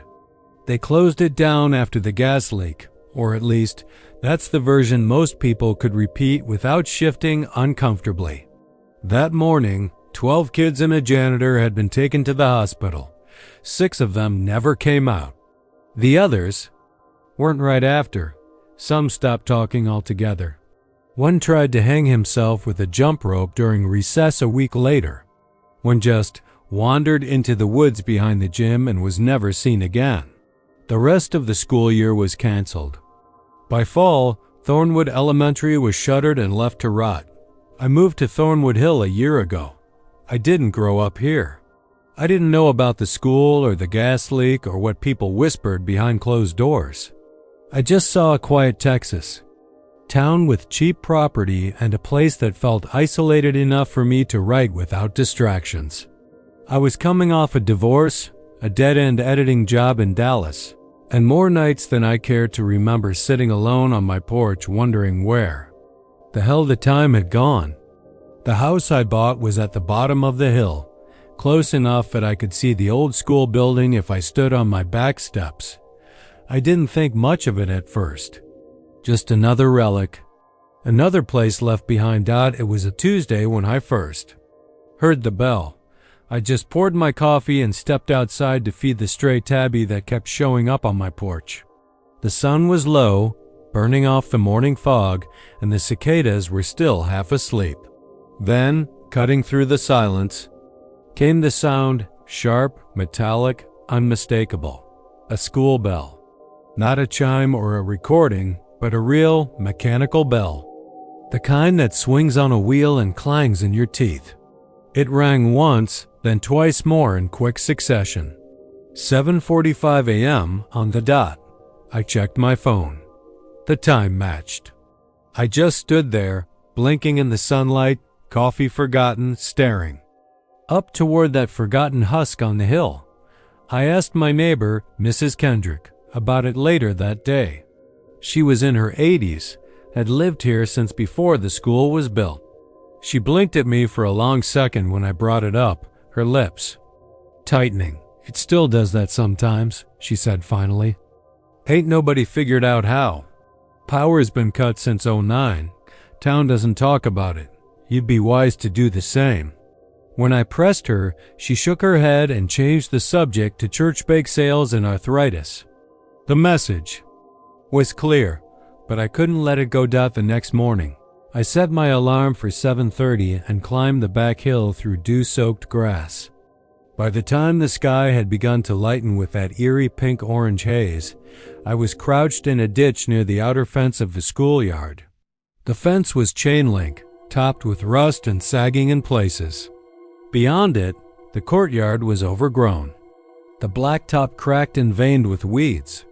The old jungle gym was a twisted skeleton. The swings creaked even when the wind was still. Then it rang again, loud, echoing, as if someone had just pulled the rope from inside the main hallway. 3 times, just like before. There was no one there. I stood, heart pounding, trying to see through the dusty windows. The place was pitch dark inside, boards nailed in crosswise over each pane. But I could swear, just as the final clang faded, I saw something move past the entrance. A shadow, long and jerky, like someone limping through water. That's when I started having the dreams. In the first one, I was back in school myself. 3rd grade, maybe. The kind of dream where everything feels a little too sharp, too vivid, fluorescent lights that buzz and flicker, the smell of pencil shavings and floor wax and wet coats. I was sitting at a desk with names carved into it, listening to a teacher. I couldn't see, only feel. I couldn't move. Couldn't even turn my head. But I knew, deep down in my chest, in that place where real fear curls, that something was watching me from the coat closet in the back. Watching me, breathing hard, its fingers slipping between the slats in the door. I woke up sweating. And I started writing again, just a few lines at a time. Not stories, exactly, more like fragments. A girl with black eyes hiding in a supply closet. A bell that rang underwater. A boy with no skin standing behind the teacher's desk. They came to me like memories. Over the next few weeks, the bell never missed a morning. And every time it rang, I found myself a little closer to the school without meaning to.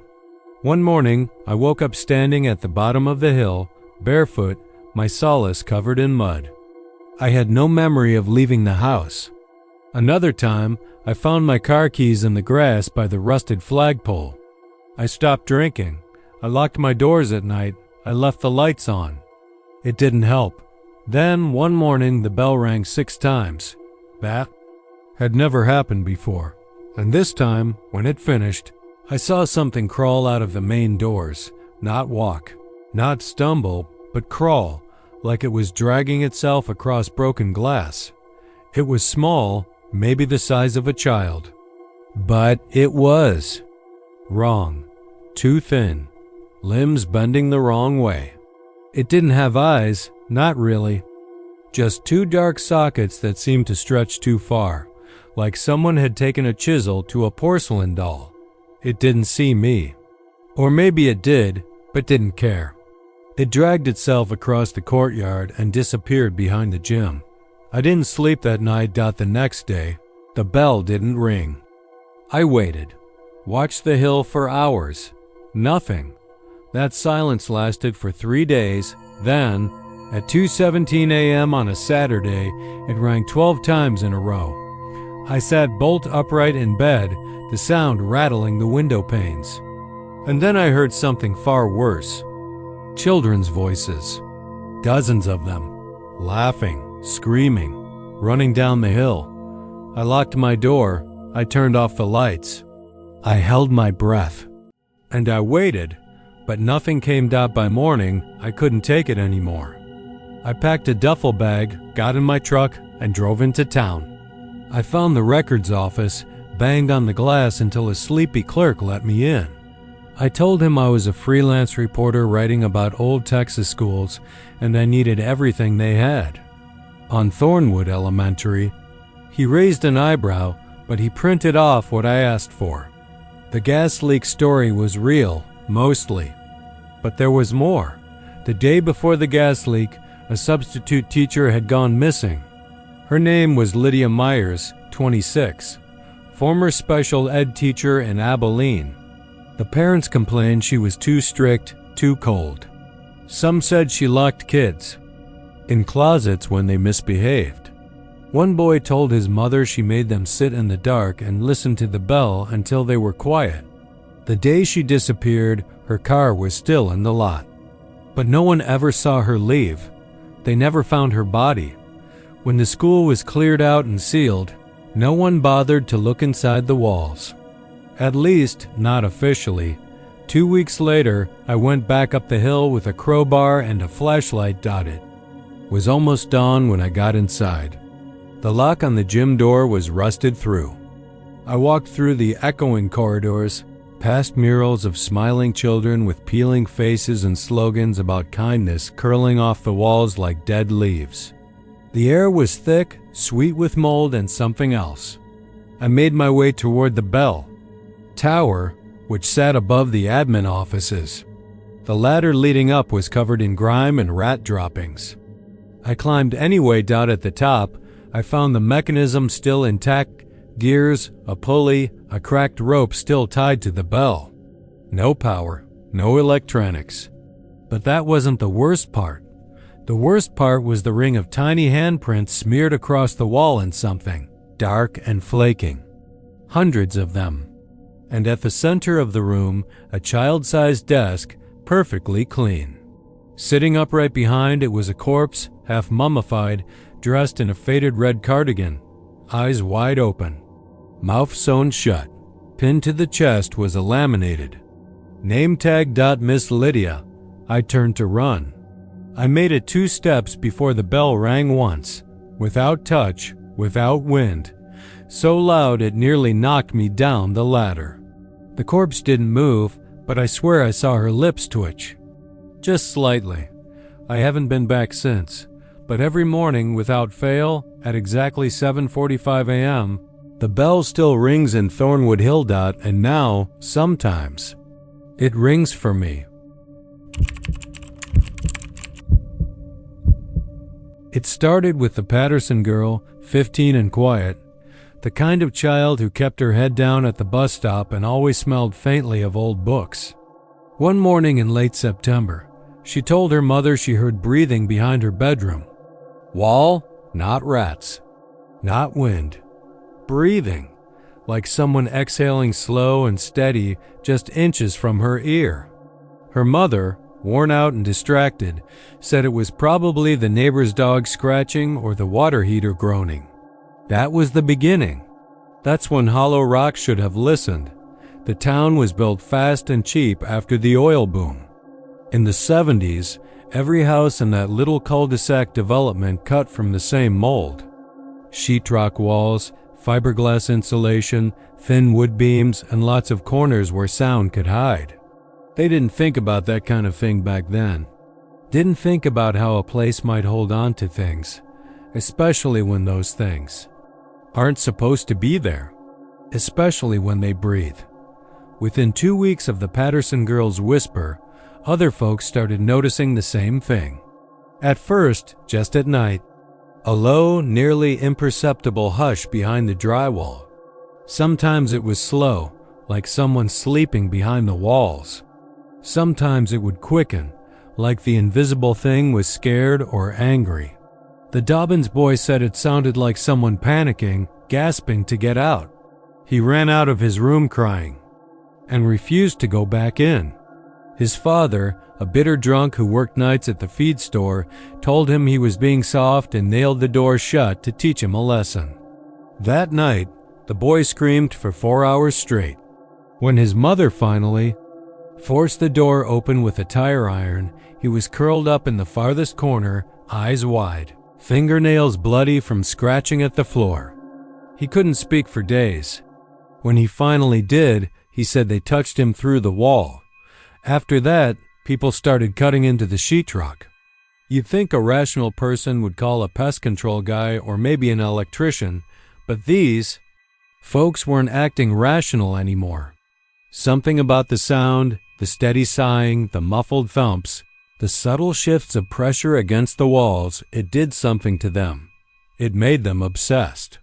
They used crowbars, hammers, screwdrivers, anything they could get their hands on. At first, they found nothing. Just insulation, wiring, maybe a dead rat or two. But then came the faces. The Millers were the first to see them. Sarah Miller was folding laundry in her hallway when she saw the drywall begin to bulge. Not break.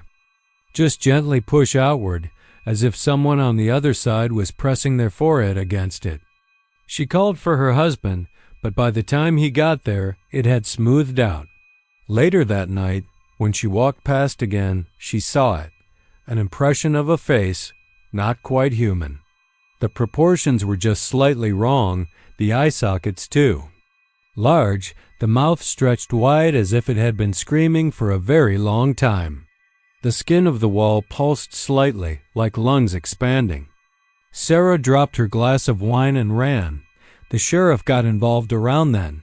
But Hollow Rock only had one real deputy and a drunk in the holding cell most nights. Sheriff Leeds didn't believe a word of it. Thought it was some new suburban. Panic, maybe black mold paranoia or gas leaks messing with their heads. That was before his own kitchen wall breathed on him. He was eating a sandwich when the backsplash behind the sink began to quiver. A soft, wet exhale rolled across the room. He turned around and watched the tiles fog up, like someone had pressed their mouth against the other side and let out a slow breath. He backed away. The air felt thicker. Then something tapped the glass of the microwave door from inside the wall. Tap, tap, tap. 3 slow, deliberate knocks. Leeds left the house and never went back. Over the next month, Hollow Rock began to fall apart. Not in the usual way, not layoffs or foreclosures or sickness. It was the walls. The homes turned against their owners. People stopped sleeping. They stopped eating. They sat in their living rooms, eyes locked on drywall that shifted and pulsed like skin. Some tried to move out, but they found themselves drawn back like a string pulling tight around their chests. One man left for Abilene, made it 50 miles, then parked on the side of the road and walked back the whole way barefoot. When asked why, he said, "I could hear them breathing through the cornfields. It's not just the walls anymore." The sighs became whispers. The whispers became pleas. The pleas became threats. You could hear them if you stood very still. "Let us out. You were supposed to remember. We're still here." No one knew what it meant. The old folks talked about a cemetery that used to sit where the neighborhood now sprawled. Unmarked graves moved for a quick dollar. Some said the land was sacred.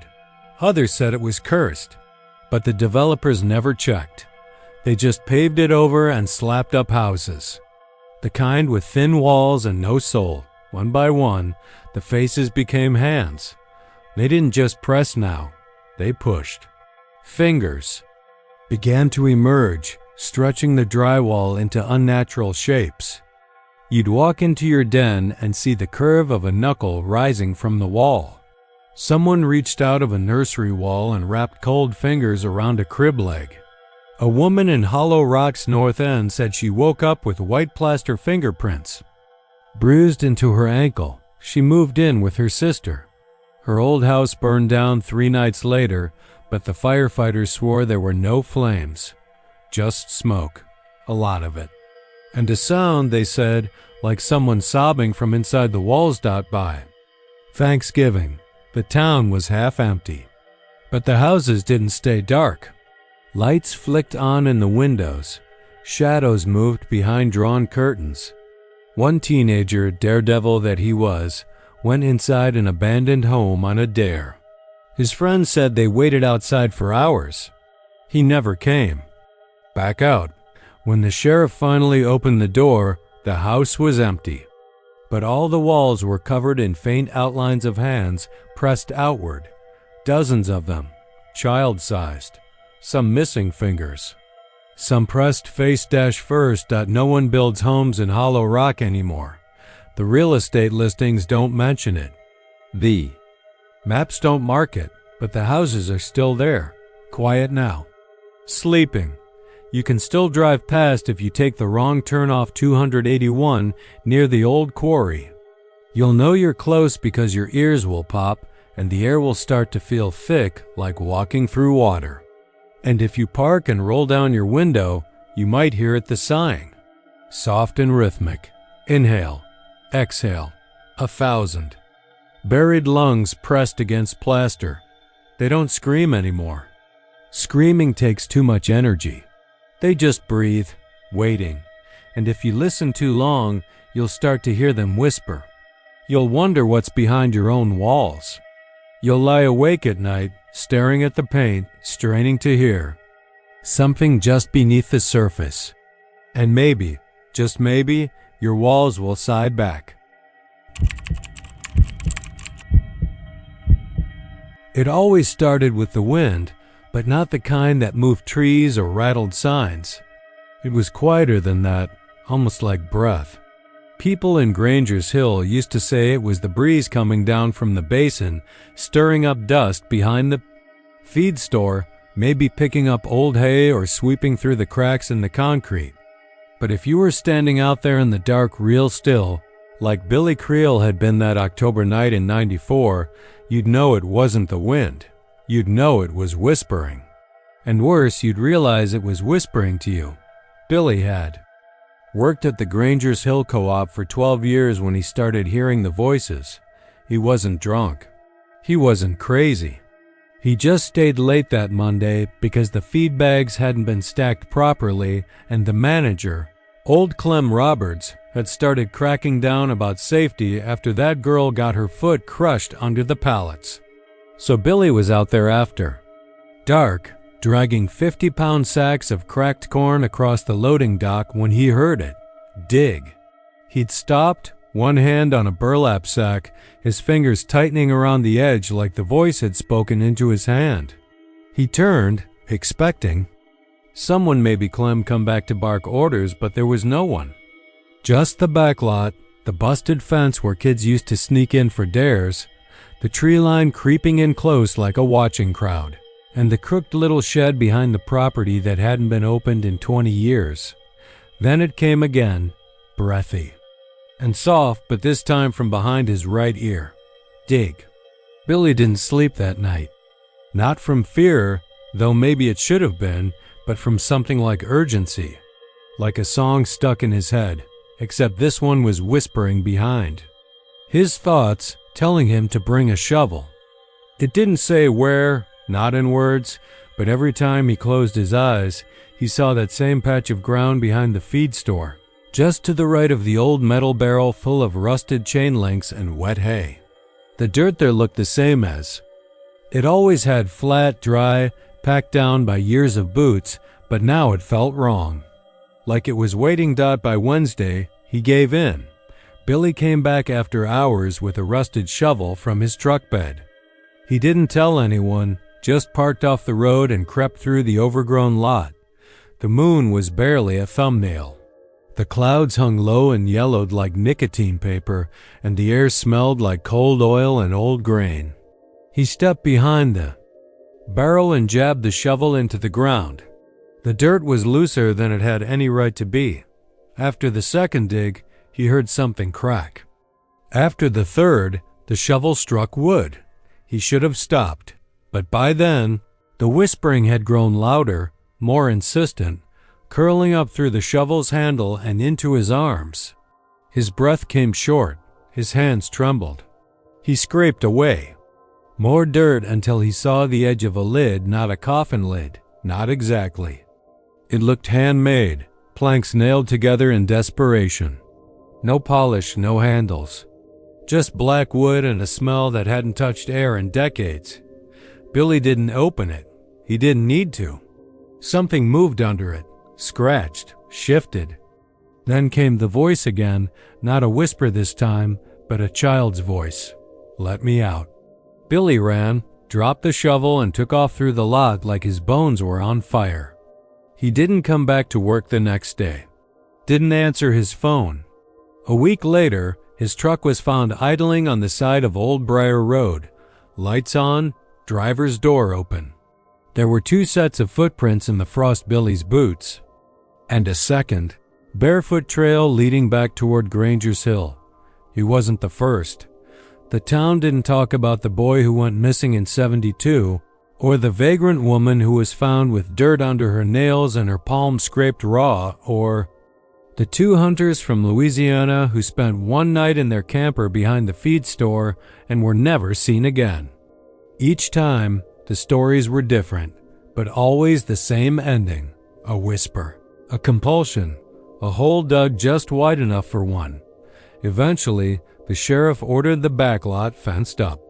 The owners of the co-op installed motion lights, posted warnings, and even put in cameras, though none of them ever recorded anything useful. Just flickers of movement in the dark, like shadows inside shadows. The kind of thing you see when you look too long into your own reflection in a window. The town changed too. People moved away. The church closed. The school bus stopped running. That far out. The gas station shut down and the last diner changed hands 3 times before burning down in an accidental kitchen fire. But the feed store stayed open, and the whispering never stopped. Emma Lucero was 23 when it came to her.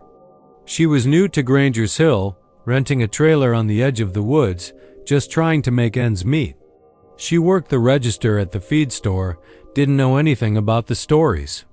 But one night, she left her shift late and passed by the backlot to dump the trash. That's when she heard it, light as breath against her neck. Dig. She didn't tell anyone for weeks. Not even when her fingernails began to break from scratching her bedsheets in her sleep. Not even when her shoes were caked in soil every morning, even though she'd locked the door at night.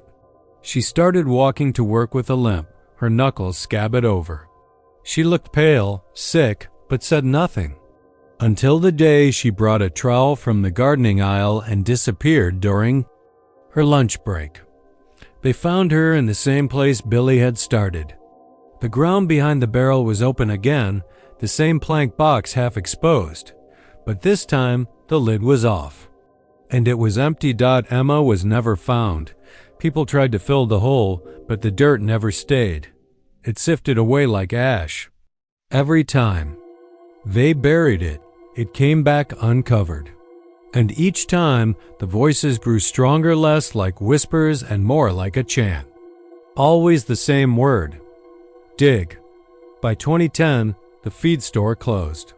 Not because of the whispers, of course, that's not the sort of thing you say out loud. They blamed the economy. But folks in town knew better. Kids dared each other to climb the fence and walk to the barrel. Sometimes they came back giggling and alive. Sometimes they didn't come back at all. There's talk now about building over the lot, turning it into a storage facility or a solar field. Surveyors come in with clipboards and maps, but none stay past sundown. One even left his truck running for hours, wide-eyed, muttering about a voice that sounded like his mother, except his mother had been dead for 20 years. Granger's Hill still appears on most maps, though no one stops there anymore. The roads are cracked. The signs are faded. The only thing that still stands untouched is the fence behind the old feed store, tall and rusting, with a hand-painted sign that reads, "Do not dig, but some do." And they always find the same thing, a shallow grave, an empty box, and the whisper that promises, if you keep digging, you'll finally see who's been calling your name.